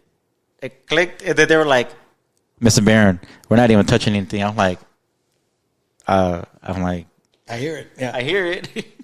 They're like, okay. Yeah, so he's looking at me. He's like, damn. Yeah, but it is what it is. Like most of the time now, because I've lived with it so long, I just tuned it out. Oh yeah, no, but and then it gets irritating when people are talking to you and you're like, excuse me. They're like, what? And then you're like, I can't hear very well, so you got to talk to me very it's not slowly. You just got to keep saying. Like, say what? Say that again. Yeah, hold on. It's weird. It's like, I don't know. Like I tell people, it's not that it's not that I don't understand. I can't hear you. It's weird. I don't know how to explain it. And that's why, like, whenever I work somewhere, I tell them, like, right away, I have bad ears. Yeah. So if I got to tell you, huh, or what, like 3 or 4 times, please be patient. Yeah. I think because I know exactly how that is. Yeah. I go, so. But some people know and some people don't. And, I mean, it does get frustrating. I mean, I know my kids have it. I know my kids are going to have it. I mean, I was born like that, man. I remember going and getting my ear tubes. I mean, the ear tubes, tids. Yeah. And I remember being in that little bitty cubicle, pushing the button with them big ass. I remember all that. I remember doing all that. I remember, yeah. And then I remember working in the refineries. And every, like, so often when I had to go renew everything, they're like, Miss Barron, you know you're losing like 10% of your hearing like every other year. I'm like, Yeah. I know. I was like, what do you want me to do? I'm like, what do you want me to do? Like, tell it to stop. I'm like, Hold on. Oh, we're good now. Yeah. I know. I'm like, what do you want me to do? Like, so I think the last time I got my ears checked, when I worked at refinery, they were like, you're 30/20. Oh man. Damn. Okay. Yeah, I was like 30/20. I'm like, I haven't gotten them checked like that in decades. I was like, and it does, and I recently got permanent ear tubes put in. Oh, okay. So I mean, like it's a good and bad thing. Yeah. See, I never got them put in, and anytime I get an ear infection, it's I'm down. That's all there is to it. Like I told my wife when we got together, I said, listen, I could have a bone sticking out of my leg, and I'll be walking off rubbing dirt on it. I'm good. I could have the man flu. Nope, it doesn't exist for me. The moment that I get an ear infection, I'm gonna become the world's biggest titty baby, and that's all there is to it. I mean, when I get sick, I become a baby. But no, but I have gastro issues. I believe I have diverticulosis on the bottom and ulcerative colitis on top. Damn. That's what they told me last time. Damn. Yeah. So yeah, when this happens, and then it messes with me mentally too. So that happened, and then I end up getting real bad acid reflux, and then my ear starts getting real bad. Oof. So I get everything at once. So I'm just like, God damn. Yeah. Yeah. So I learned the trick was go to Mexico and get the Mexican ear drops. Mm-hmm. I got that. Those work fantastic. Nice. And then I can't take amoxicillin because of my stomach issues, so those work just as well. When my wife or my mom get ear infections, I need amoxicillin or my whoever. There you go. I remember being a kid, always winding up with ear infections, always having to take medicine and stuff like that. I don't remember what medicine it was, but I know that there was a medicine that used to make me hallucinate. Like I would be lying in bed and just completely out of it, fucked out of my mind, right? And I'm staring at the wall, and I'm seeing Donkey Kong playing on the wall. Ew, that old school medicine. Yeah, I'm serious, dude. And it would be and I remember it vividly. Like I would be like, okay, this medicine, I'm going to lie down and I'm going to start seeing shit. And of course, you're like 8 years old. You don't know what the fuck's going on. You're just like, oh, medicine's supposed to make me feel better. Okay, so. Man, I'm taking some medicine even to this day where, there's a medicine that I have when I got my tooth pulled out there in Mexico. I spent like $20 to get my tooth pulled, and the medicine was like $5. But man, let me tell you one thing. Those are some drugs. Those motherfuckers were some strong-ass painkillers. Like, they were anti-inflammatory / painkillers, like almost like an ibuprofen, whatever. Yeah. But not these motherfuckers, man. I would take one, and I'd be like... So I was like, yeah, no, I can't take these no more. When I had the shoulder surgery, they put a nerve block in there. Mm. So for a couple of days after the surgery, I couldn't feel basically from my shoulder all the way to my fingertips. It was all gone, right? And as the block started wearing off, they gave me a bunch of hydrocodone to take. And so I don't take anything ever. Like, okay, I'm hurting. Fuck it, I'll deal with it. I decided, hey, this is probably going to suck. I'm going to go ahead and do what they're telling me to do. Mm-hmm. So I'm taking them, right? And it works great. I'm like, okay, no pain. They're phenomenal. I get a call for the follow-up like a couple of days later, and they're telling me, it's like, okay, you taking the pain meds, you doing this, you doing that, how are you doing? I'm like, oh, yeah, man, I'm on a regimen, we're good to go. Okay, great, so you're taking the pain meds, and you're managing your pain real good. Did you take laxatives? Ooh. Yeah. I was like, wait a minute, what? They're like, you haven't taken any laxatives? I was like, nobody said anything about any laxatives. Why the fuck do I need to take laxatives for? They're like, oh, yeah, you're going to get stopped up. I'm like, Literally nobody. And I turn around, my wife's right there. I'm like, did they say anything to you? You know, I was fucking out of it. Did they say anything to you? That's not in any of the paperwork. And they're like, no, they never said anything about it. I know that too. They didn't tell me when I have all my stomach issues. They didn't tell me that shit either. Probably about day 4, and I'm dying. I am in so much pain. I refuse to take any more of those damn fucking pills. And even now, if I have to go through this stuff again, you put the nerve block, and when the nerve block wears off, I will deal with the pain. That hurt more trying to go to the damn restroom than the actual surgery was hurting. Nope. Can't do it again. Never do it again. Like, and the entire time that I'm sitting there suffering, I'm like sitting there, I'm like, why the fuck do people take this recreationally? Why? I know a bunch of people that take a bunch of crazy pills, and I'm just like, I'm good. Yeah. I'm good. Nope. Nope. Like, there's people who I know that takes those, I don't know the actual term, but for me, they're called bars. Yeah. I guess the Xanaxes. Yeah.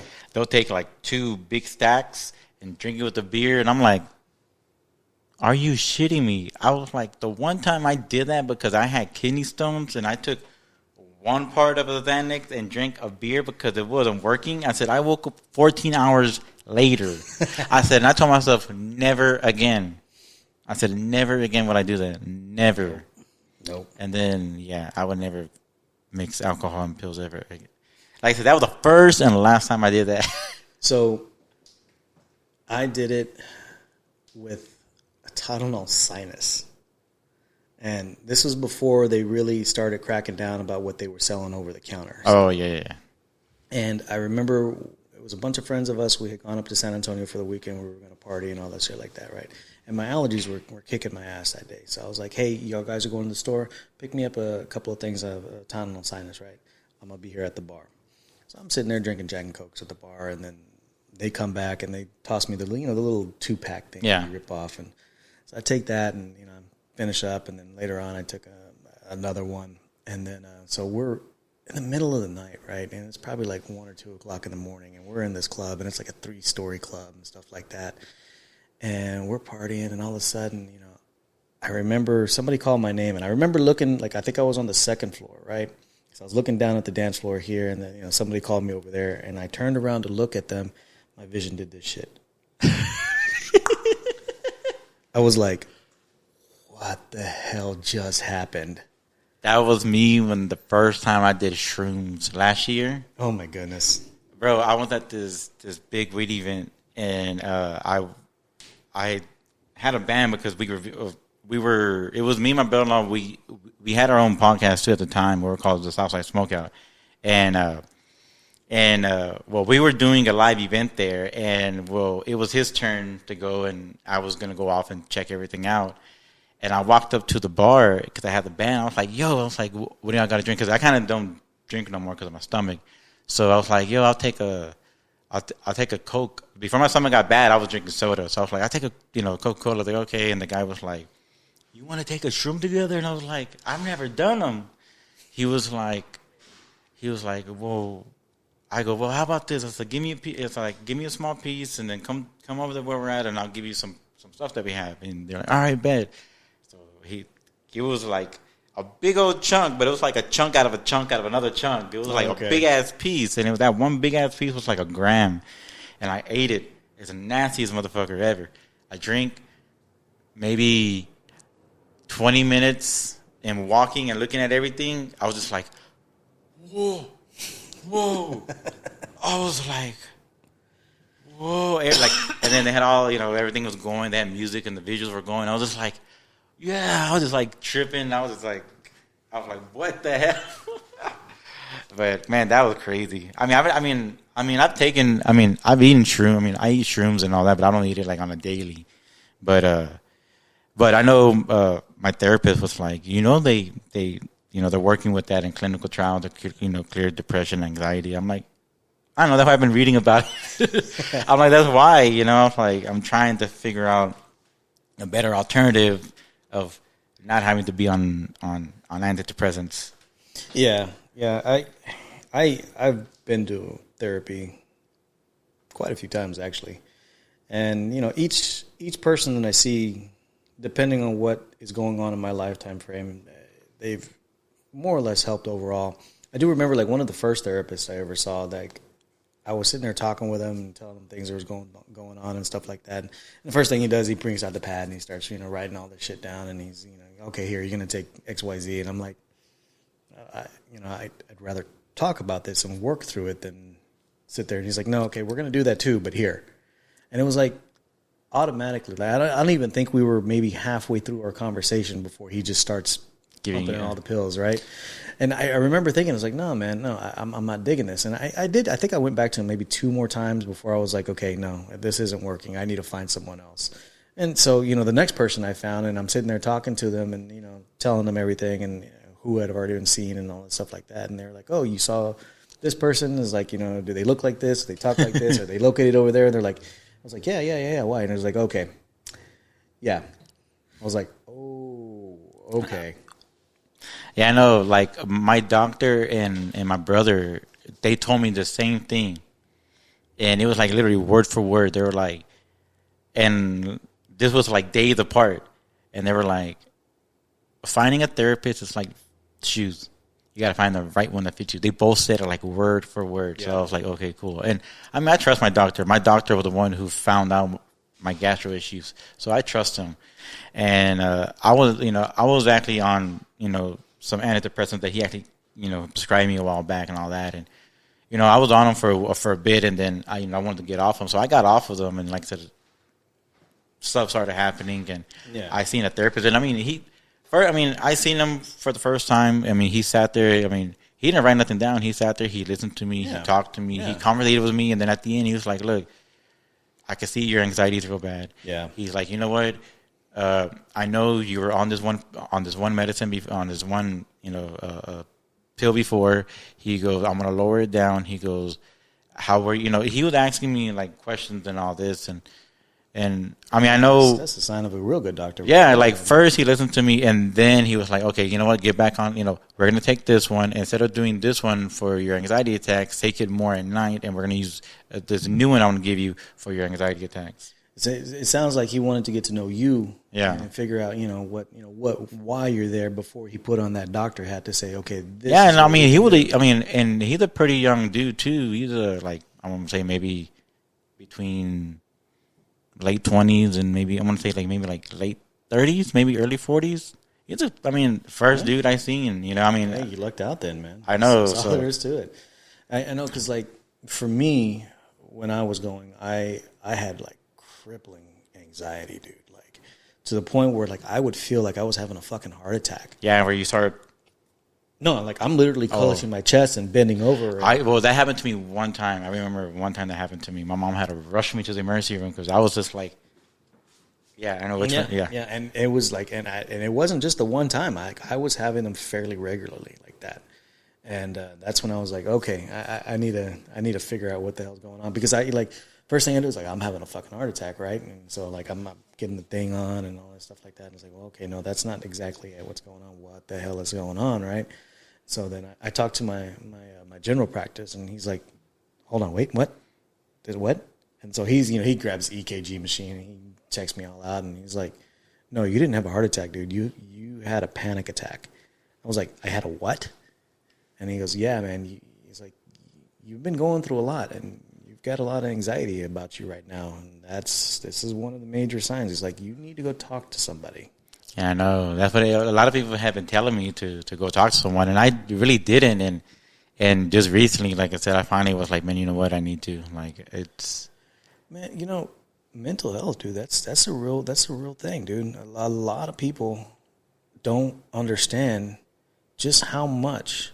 Even if you just go and talk to someone for maybe, say, 2 or 3 sessions, you go maybe once a month for 2 or 3 months and stuff like that.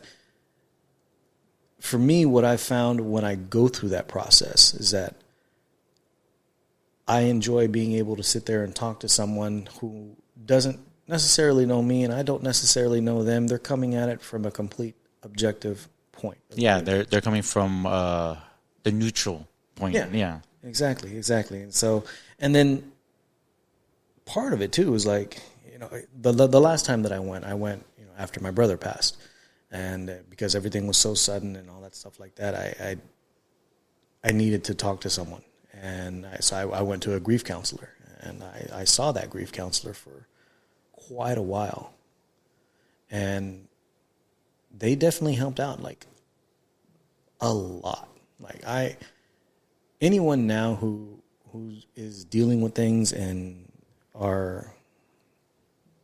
need to be able to talk to someone, I always say, it's like, hey, if you don't have that person that you can talk to, if you don't have that person you're comfortable with, then go out there and get a therapist. There's nothing wrong with it. And then maybe not so much for, the younger guys now, but like I know, like me, older guys, there was always a stigma about it. Yeah, I don't know. I've always, especially in the Mexican household, it's why you need to go see one? It's like, because there's a lot of shit that I'm dealing with. I'm not getting the answers from the people who I'm asking, and even if I am asking, because as well as I do, a lot of that shit you just keep right in here. You're not going to want to say anything about it. You're supposed to be bulletproof. Yeah. No, it don't work that way. You're not fucking bulletproof. Or that, or they use the I have it, I have it, and it's not as bad, so you're fine. Yeah. And it's just like, no. It's like, I mean, there's like everything else in life, man. There's definitely a point where you either do it way too much and you're relying on it, or you're not doing it, or not doing it enough. There's that middle of the road, and everything out there. You got to find that middle of the road. What works best for you? Yeah, and I mean, I went through. I've gone through a lot. I'm a what they say, a suicide survivor. Okay. I did try to take my life with pills one time. I mean, when people hear that I've done that before, they hear that I own a gun, they're like, "What?" I'm like, I own a gun, but I'm not suicidal with it. But people think, oh, you own a gun or whatever, you're going to be. I'm like, no, I don't see my gun as that choice. Like, I don't know, it's weird. But either way, I don't see it like that, but like at all no more. But your brother, during that time when the truck caught on fire on me, like, that's never happened to me ever before. So I was like, so like terrified. And I remember one time I was talking to your brother, and I remember smelling something burning, and it freaked me out because it was the smell of the smoke again. So it freaked me out. And I had talked to your brother, and he was like, "Oh," he goes, "You have what I have." He goes, "But," he goes, "I'm not trying to sit here and glorify." He goes, "But you have a small thing of PTSD." He goes, "Everybody gets it." He goes, "Everybody gets a little small thing." He goes, he goes, "We get it worse because we're out there in the war and all this." He goes, "But," he goes, "I'm not going to sit here and be like, yours is not, just because yours is less, it doesn't mean it's less important." Yeah. So I mean, even though it was something so small, he talked to me about it, and that's one thing that I always. So whenever he got out of the military, I brought him back home.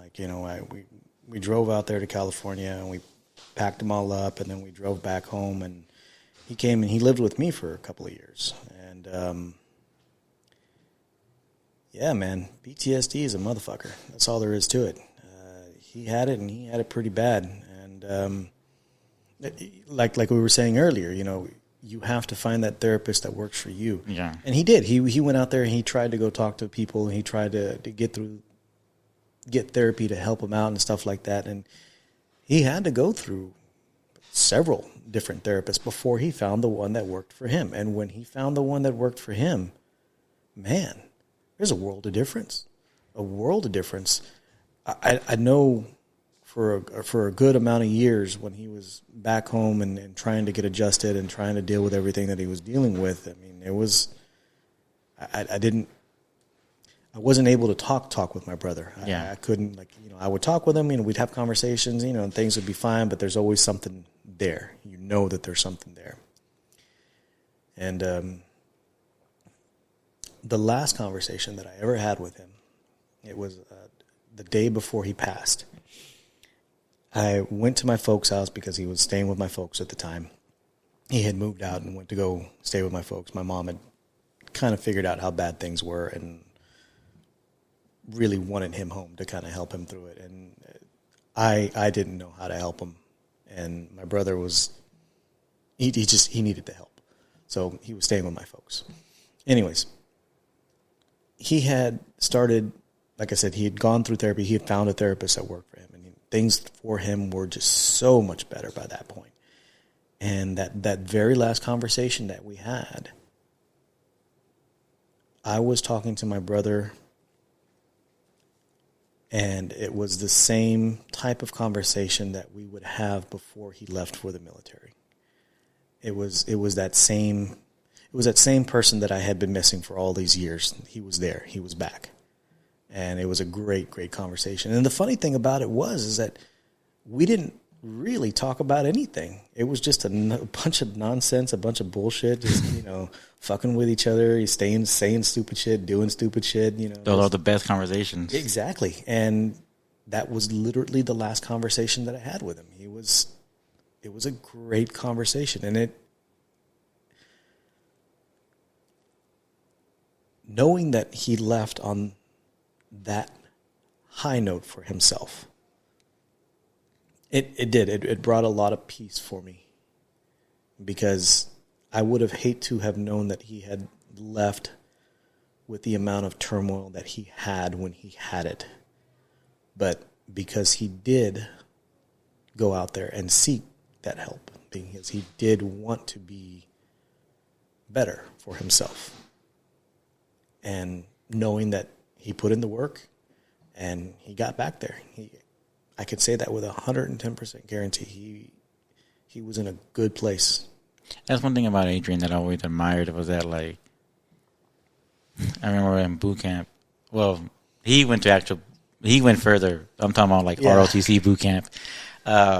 We got in trouble, and we got our asses chewed out, and we had to do push-ups like a motherfucker. And that boy didn't care. He just kept going. He didn't let nothing stop him. He was like, yeah, he worked. I can absolutely say that with 110% guarantee. That man worked his ass off. If he wanted it, there was nothing that you were going to do to stop him from getting it.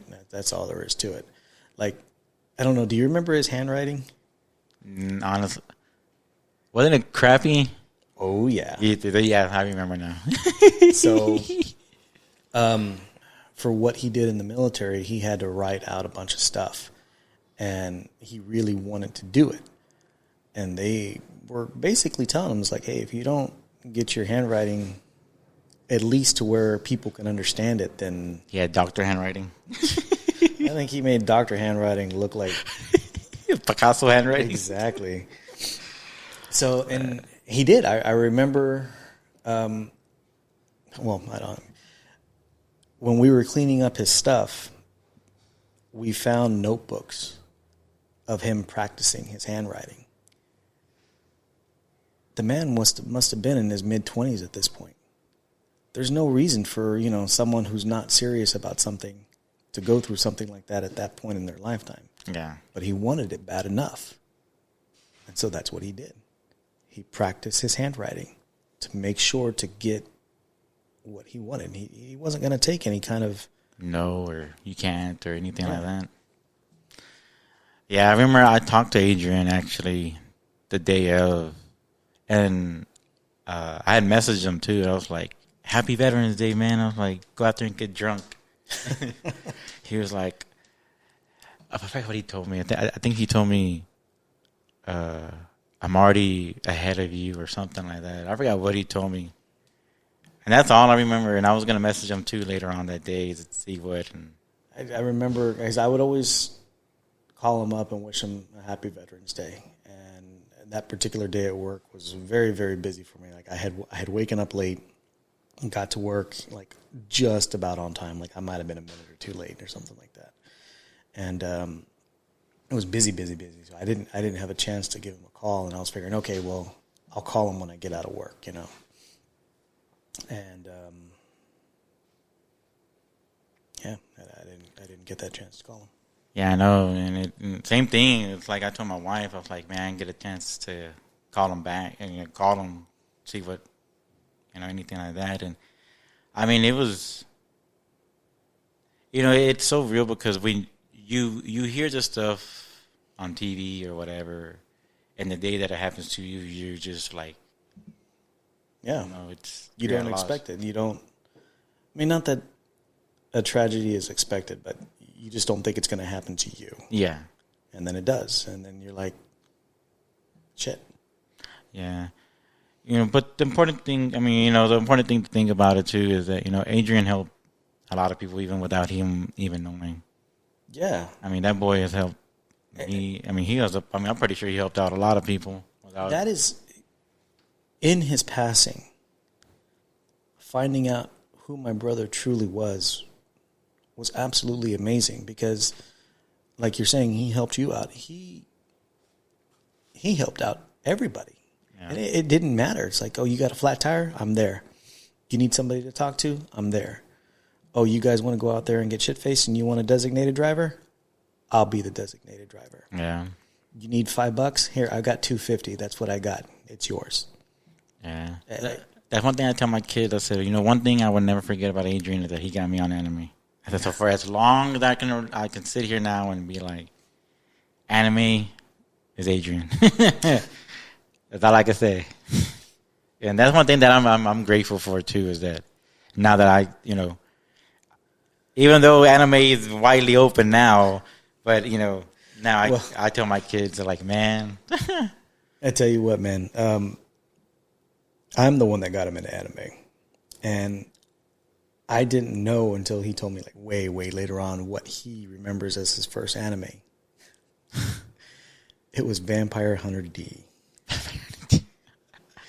And I remember watching the movie, and I guess he must have probably been about 12 or something like that. I don't know, And he was sitting there watching it with me, and it didn't dawn on me or whatever, and it's like damn near half a porn showing there. There's my 12, 13 brother watching it with me in the middle of the night or whatever, and years and years later, he would tell me, he's like, yeah, that's the first anime I ever watched, and ever since then, that's why I watch anime now. Man, I cannot remember what anime it was, but I think it was one of those, like, those what are they called? Hentais. Oh my God. Yeah, it was one of those hentais I think he was showing us at that time. But I remember he showed us Akira. I remember him showing us Akira one day. And I remember watching it and just going, what? Yeah. They make cartoons? I mean, I knew they made the hentai, but when I saw an actual movie, yeah, that blew me away. That just blew me away. But I would never forget, we all crammed into everybody's car. I think it was like 3 cars we all crammed into to go to y'all's parents' house. And then we all went upstairs to his room. I never forget that. I would never forget that day. Yeah, dude, he was always particular about his stuff, man. Don't touch with it, don't fuck with it. That's all there was to it. Oh man, yeah. I remember, dude, even us as adults, man, he would be like, yeah, don't mess with my shit. His like, serious face. Yeah, don't. You're just like, okay, I'm sorry. He's like, no, I'm for real. You're like, okay, I'm not. Like, I'm leaving it alone. Get like one of his little statues that moved over just like that. It was like that. You don't want to mess with it. Oh, my bad. Let me put it. Let's see that. I think that's right. Oh, right there. It wasn't there. Oh shit. Let me put it right over. Oh man, Adrian was something else though, man. That guy was something else. I know, man. How was it? Now that I have, me and my wife, we have our own Facebook. I had him on mine, and every so often, he'll pop up on my thing, and I always remember, and I always sit back and I think about it. Well, send the request. I've got access to that. Oh, okay, yeah, I'll send it. I'll have to remember to charge up that tablet that he had, because it was an old tablet that he had logged everything into, and I made sure to keep that up on there. Oh, okay. And for a while there, I would kind of go in, because there would be people that would message him that didn't know, and you had to let them know and stuff like that. And, yeah, I know. I see it, and I like I said, I don't, I didn't know if anybody had access, so I just didn't ever send a friend request. But it would always make me think of like him, and I would like. Now that I got my podcast, my own podcast going in this way, that's why like when you ask me like, what's your podcast about? It's just Whatever, man. We're just sitting here talking. You know, hey, I'm enjoying it. This is the first time I've ever done anything. Yeah, you know, like I said, like mine is more just, you know, come, hang out, we'll talk, bullshit. Yeah. You know, like I got friends who, you know, I got like one of my previous guests was, you know, he's a school bus driver, but he also does bodybuilding. Yeah, okay. And then my second guest was, that's my third guest. My second guest is my friend Ulysses, who has his own podcast called Inside the Northside Podcast. And then he interviews like a bunch of other people, but he's more into like the music scene. So he's more into that. And then on my first episode, as like I told you in the beginning, and I said earlier, me and my brother, we have a what's it called? We're not saying big in the cannabis community, but we're, you know, we know people and people know us. And on my first episode, I actually had 2 people. I had this Dad Professor, and I had another dude, Trinity. He's a influencer, and Dad Professor, he has his own little stuff here. And like I said, you know, I'm just trying to like give it that like Joe Rogan atmosphere. You know, I don't care. You know, you want to come on and advertise your business and just bullshit, or you have a group, or you know, whatever. But I don't. You know, I'm just trying to make it where people can come on and talk and have a good time. And you know, like I said, it was, like you said, it was your first time, and I told you, man, we're here to talk about whatever. You know, what do you do for a living? Your brother, bullshit, anime, conspiracies, whatever. Hey. You know, I mean, you can. I mean, like I said, man, I've really enjoyed my time here, sitting here talking with you. So yeah, I mean, you know, and the beautiful thing about, you know, also your brother is that, you know, he got us in contact, you know, with each other, and you know, we've been following each other. Like I said, I've been seeing you out there, and I've been telling myself, man, you know, I need to get you. You know, I don't know. It was just something. Even before I got into podcasting, before I even thought about podcasting, I was just like, I always thought about like paying homage to people, always getting people on or getting whatever. And podcasting blew up, but I never knew about it until my friend Ulysses told me about it, and then I got sucked into it. And now I have, your own thing, man. Now I have my own. And I mean, not that I'm on my old one, but you know, now this is my own. Now I can work on my own self and do what I got to do. And you know, it was great having you on. If you're ready to cut it, we can cut it. It's already about to hit the 2-hour mark. Oh, man. It's been 2 hours already? Yeah, it's already about to hit 2 hours. Damn. Okay. Well, yeah. Yeah, like I said, you know, that's why I told you, man. Maybe we have to get together again and do this shit. Yeah, you know, and oh, crap, what the heck? I don't know, it froze over there, but not over here. Oh, okay. Yeah, but no, man, but other than that, I do, you know, appreciate you coming on and giving me, what? Sorry, it's throwing me off. Oh, well. But, it's probably lagging, but like I said, thanks for coming on and taking time out of your day to come on. Like I said, it's always been a thing of mine to get you on. Oh, man. You know, I'm trying to get as much more people as I can. I haven't really put it on Facebook yet because I'm not.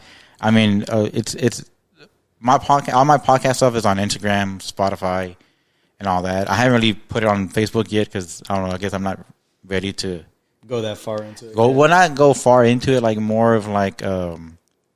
Showing, I guess, because you know, Facebook is more like my family and you know, like I'm not ready to branch out to the Facebook yet. I mean, Instagram, I know I have some family on there too and all that, but they're different.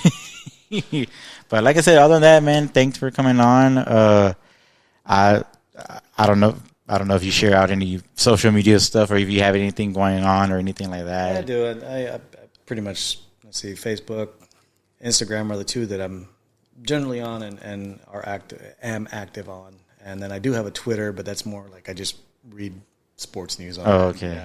Yeah, like I said, like, you know, I usually, you know, my guests, you know, that have things going on, I usually tell them, you know, to you know, say, oh, if they have a project coming on or there's something they're working on or something. The only thing that I have going on, well, not the only thing I have going on, but the only noteworthy thing, I guess, to say is that I do this thing every year.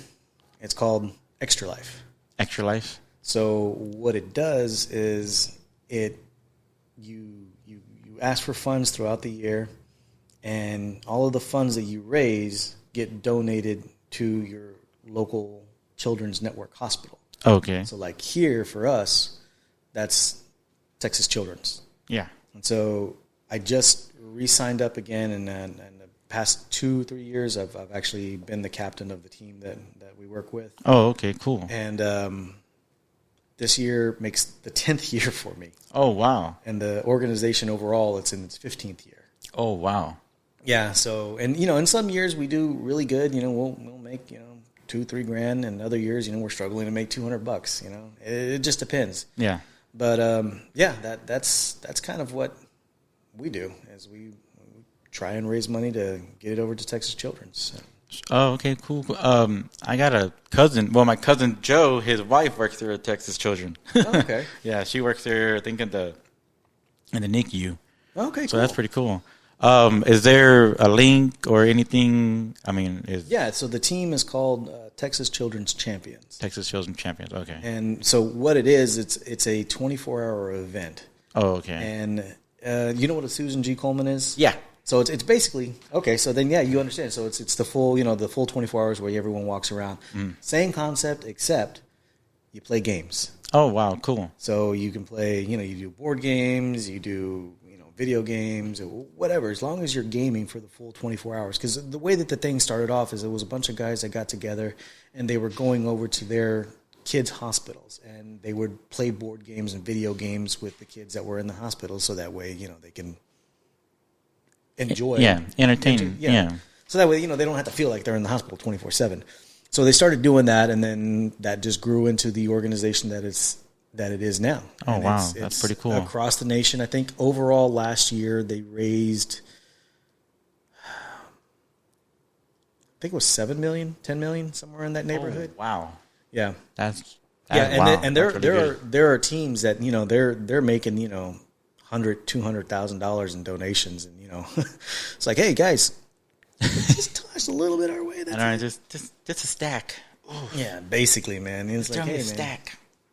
But like I said, there are years, like last year we broke $2,500, and we didn't think that we were gonna, because last year our a lot of the people that we have had on our team before, they all have families and things like that, and other obligations that they gotta fulfill and things like that. So our team dwindled down a little bit, and just it was kind of left over with a core group of us. So we didn't think that we were going to be able to get as much as we have had before. So, we just we set the bar pretty low. We're like, we'll just shoot for $1,000. If we get $1,000, we did good. Yeah, we beat it and almost doubled it. It was like $2,500. That's cool. Yeah. Does that have an Instagram page as well, or no? So there is a link for the page. I'll make sure to send it to you. So that way I can post it on the videos and all that. There. But again, if you go and search, Extra Life, and then it'll show you what the whole foundation's about and all that stuff like that. Hey, sign up, or even sign up with our team. If you type in Extra Life and then search for the team called Texas Children's Champions, then there y'all go. Y'all look it up on Texas Children's Champions, the team, and then Extra Life. Yeah, there you Extra go. Life. I got it turned around. I'll make sure to send you the links, that way you can post it. Yeah, for sure. In fact, maybe, you know what? Maybe we can set something up on the day's event. Yeah. Let me know. Yeah, we'll set something up. Like I said, I know a couple of people too, and I probably can.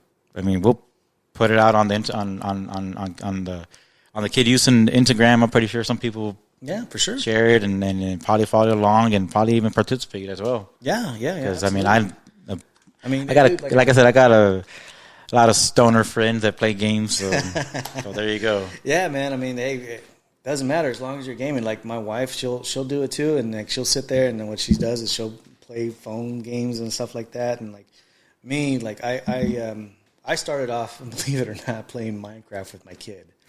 And that's what we would do for the entire time. And then all the other guys in the group, from the first few iterations of it, they would bring in all these board games and stuff like that, and it actually wound up getting me into board games. Man, I know where was it? Oh, it was on Easter, actually. My brother-in-law and them, they were playing Monopoly. I was like, no, I'm good. I was like, Monopoly breaks family, so I'm good. I'm like, I'm good. Yeah. But yeah, man. But like I said, but thanks for coming on again. Yeah, absolutely. He said Extra Life, and look up Texas Children Champions as well. You can follow them on. You said so. I have not set up the Facebook page for it this year. So Hopefully by the time this is out, depending on how long it takes. I will probably be out in a week, maybe. Okay, yeah. Week, 2 weeks, depending. That honestly, that was my plan for this week, is to make sure to get this year's page set up and going on and all that stuff like that. Okay, so every year you have to build it from bottom up every year. Oh, really? So, social media wise. So, like, if y'all have y'all's Texas champions this year, and y'all gain, let's say, 1.5K followers, then next year y'all have to drop it again, and then like deactivate it or delete it. It will still be there, but it's inactive. Yeah, which is something that I've recently found out as I became the captain for the team. Like every year, I figured, okay, well, I can just move the page over and update it for the next year. So that's not the case. I have to create the page every single year. Golly, that's a lot of pages. It is. Well, at least the one for the Extra Life one. Okay. So, and then in turn, if I were to answer the Facebook part directly, I don't have a dedicated Facebook for this. Oh, okay. So if I were to set up a dedicated Facebook for it, then, obviously I could continue on that way and just repost that year's link for that year's donations. Oh, okay. And then for Instagram, how would that work for would it be y'all's just for your team, or would you do the same thing as well? So the way that the team works is, you obviously post the team, and then each person within the team is a team member, and they are in turn responsible for a portion of whatever donations they feel they can raise. So this year, like I said, I set it up. I just said it at $2,500 because I don't know how many of my team members are coming back this year. So let's just say I get 10 team members this year. So it would be the 10 of us trying to raise this $2,500. Now, an individual person can turn around and say, okay, I want to try and raise $2,500 on my own. That's my personal goal. Mm. Okay, cool. Well, then, hey, go for it. Oh, excuse me. Sorry about that. Oh, no, you're good. it just depends. Like, let's say you join and you want to try and raise funds. You put down to try and raise $200. And then that's it. That's what you would try and raise. And then obviously, once you hit that $200 mark, then you want to continue going on to see how much more you can get. And again, everything that is raised goes over to Texas Children's Hospital. Like not a single dime. And that all the people in the group, we all feel very strongly about it. Like we're not going to want to turn around and spend $100, $200 on events to try and build this up even more. We feel that money should just, if we're going to spend $200 to go rent a hall and do whatever else for all this stuff like that, we'd rather have that money go to the event. Let's just put the $200 in there, and then, and it might change. We're, like I said, this is barely my third year being the captain of it, and man, one of those years was a COVID year, so Was it the asterisk year? Yeah, basically. What they call it, the asterisk year. But all right, well, cool. Well, we're gonna close it out here, and again, thank you, Mike, for coming on, and appreciate it. And until next time. Yeah, absolutely, man. Until next time, thank you for coming on. Appreciate again, y'all can catch me on YouTube, Instagram. I'm not on Facebook. I'm not on Twitter. But the Capt podcast, it's on Spotify, Google. I think it's on Apple. More likely it's Apple. And I forgot the fourth one. Did I say YouTube already? Yeah, Spotify, YouTube. Anchor is now Spotify. And Google. I don't know. All the other ones, I'm lost. They're there. They're there. But anyways, we'll catch y'all later and catch y'all out. Be breezy and stay black. Out.